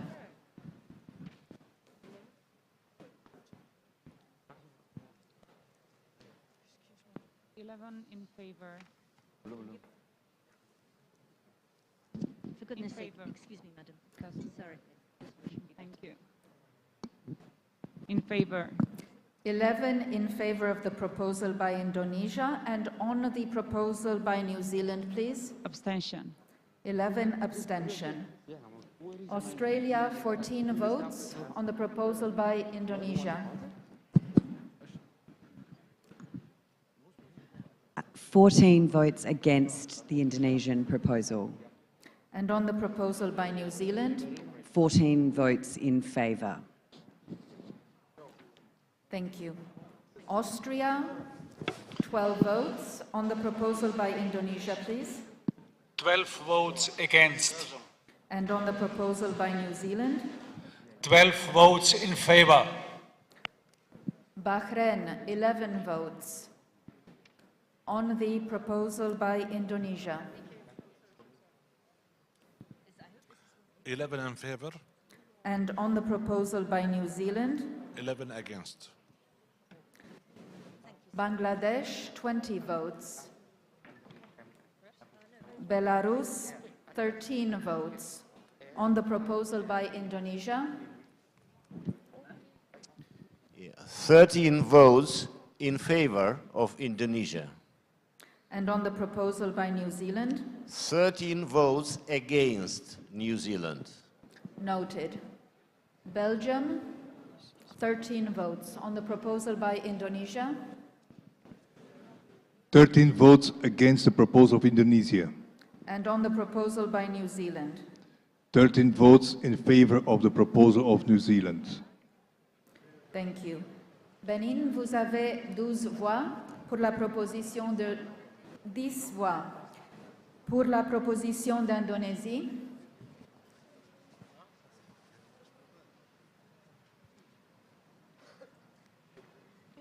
Je ne vote pas.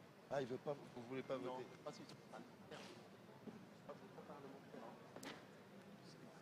Absent. There are no MPs from the delegation of Benin. We move on to Bolivia. 12 votes. on the proposal by, no, Botswana.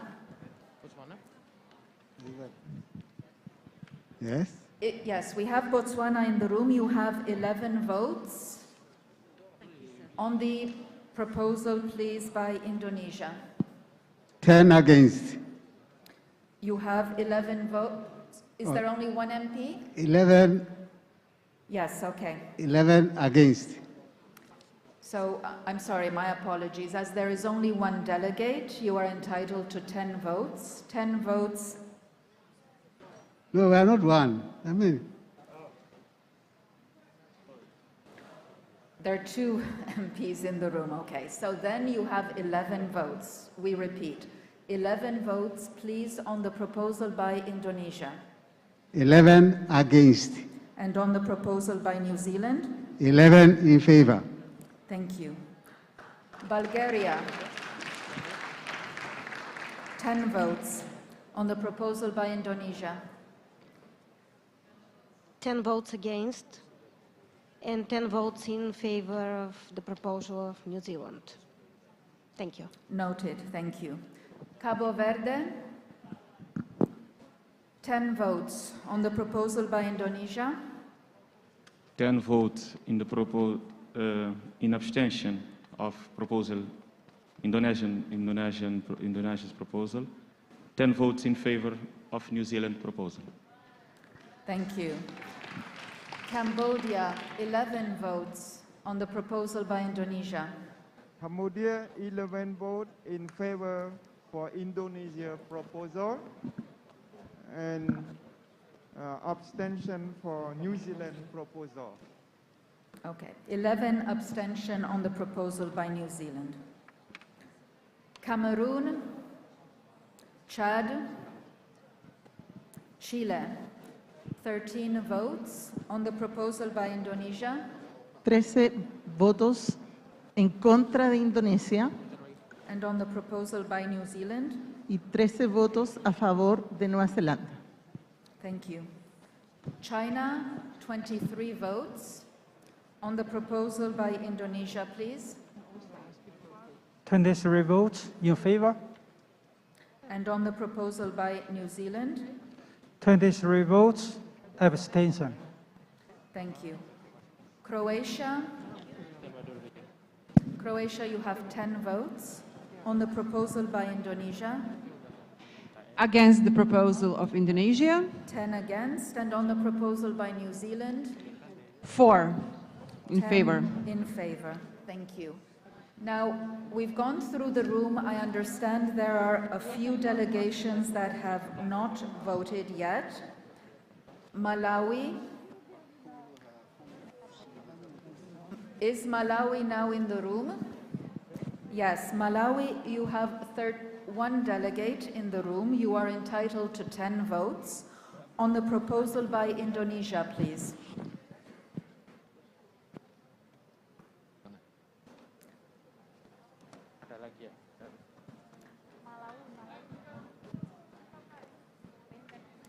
Just a moment, we're bringing a microphone.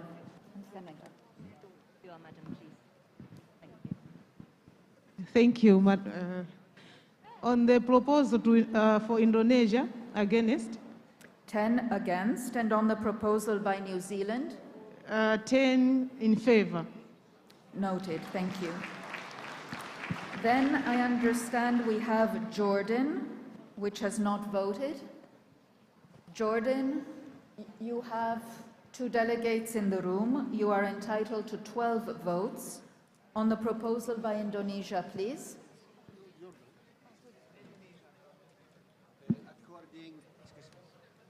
According to Indonesia's suggestion, 12 in favor. we have 12 votes in favor. And on the proposal by New According Zealand? to New Zealand suggestion, abstention. On the proposal by New Zealand, 12 abstention. And I Thank you. believe, thank you. And I believe we have Senegal, 1 delegate in the room. You are entitled to 10 votes. On the proposal by Indonesia, la proposition de l'Indonésie.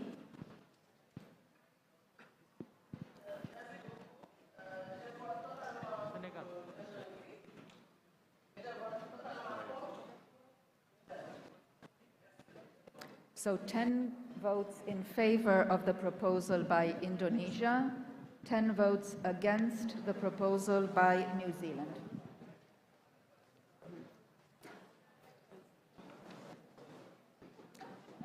I understand we have Australia. Yes, there's actually only one delegate in the room at the moment. Okay, so just to be clear, 10 against Indonesia and 10 in favour of New Zealand. Thank you very much. So for Australia, we have a correction. There is one delegate in the room, 10 votes against Indonesia, and 10 votes in favor of the proposal by New Zealand. Thank you.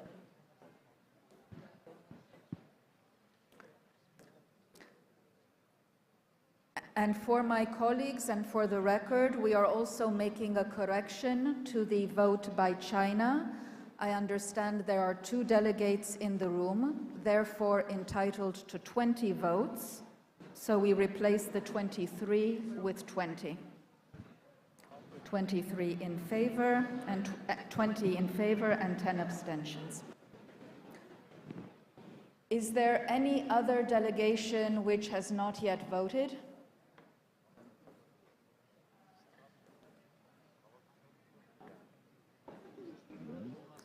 Okay, it appears, Mr. President, that all delegations have voted and the voting can therefore be considered as closed.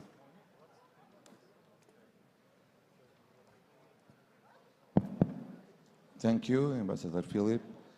So, we now close the vote and we wait a few seconds to obtain the result.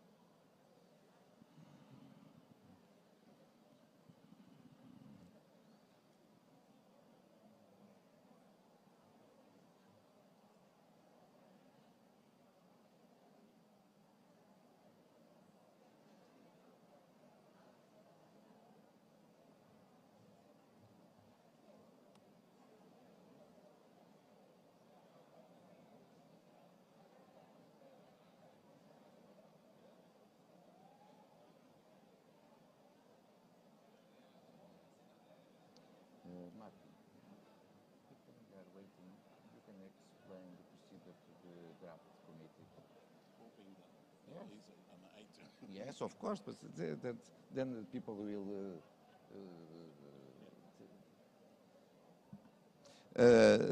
I will give the floor to the Secretary General in this, because we are waiting the votes, a few seconds or a few minutes, but it's better to wait. Assuming that one will be approved, I will ask the Secretary General to explain how will be the procedure of the draft committee of the resolution.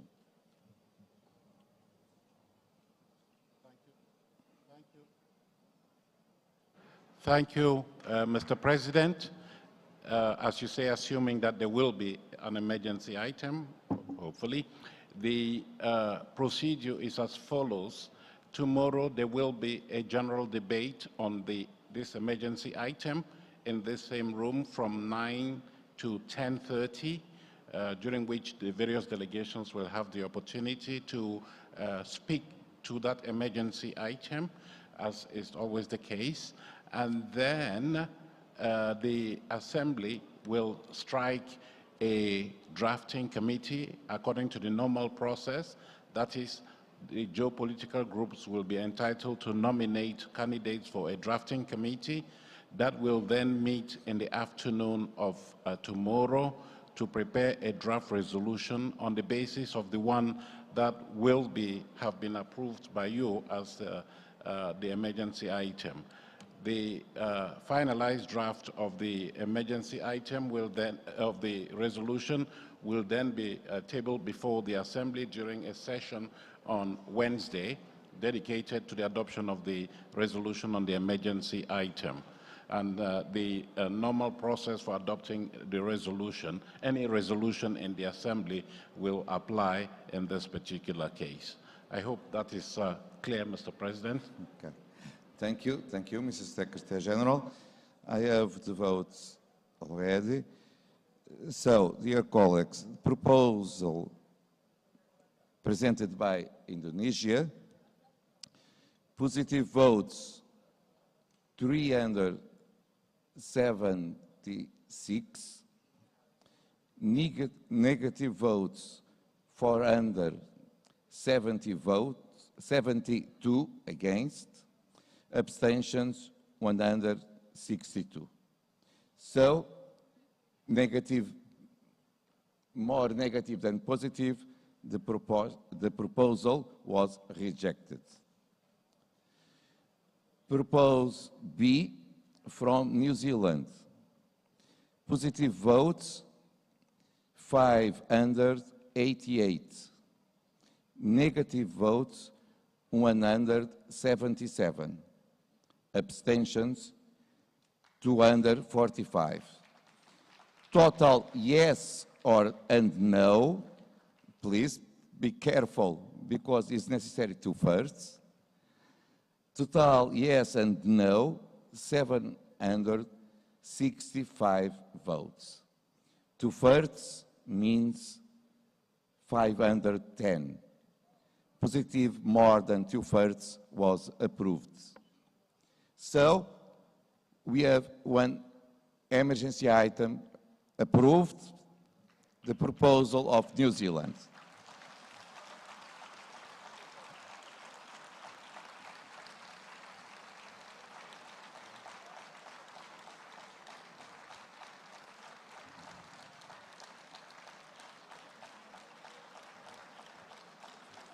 So, dear colleagues, the proposal was approved and the debate will happen tomorrow morning at 9 a.m.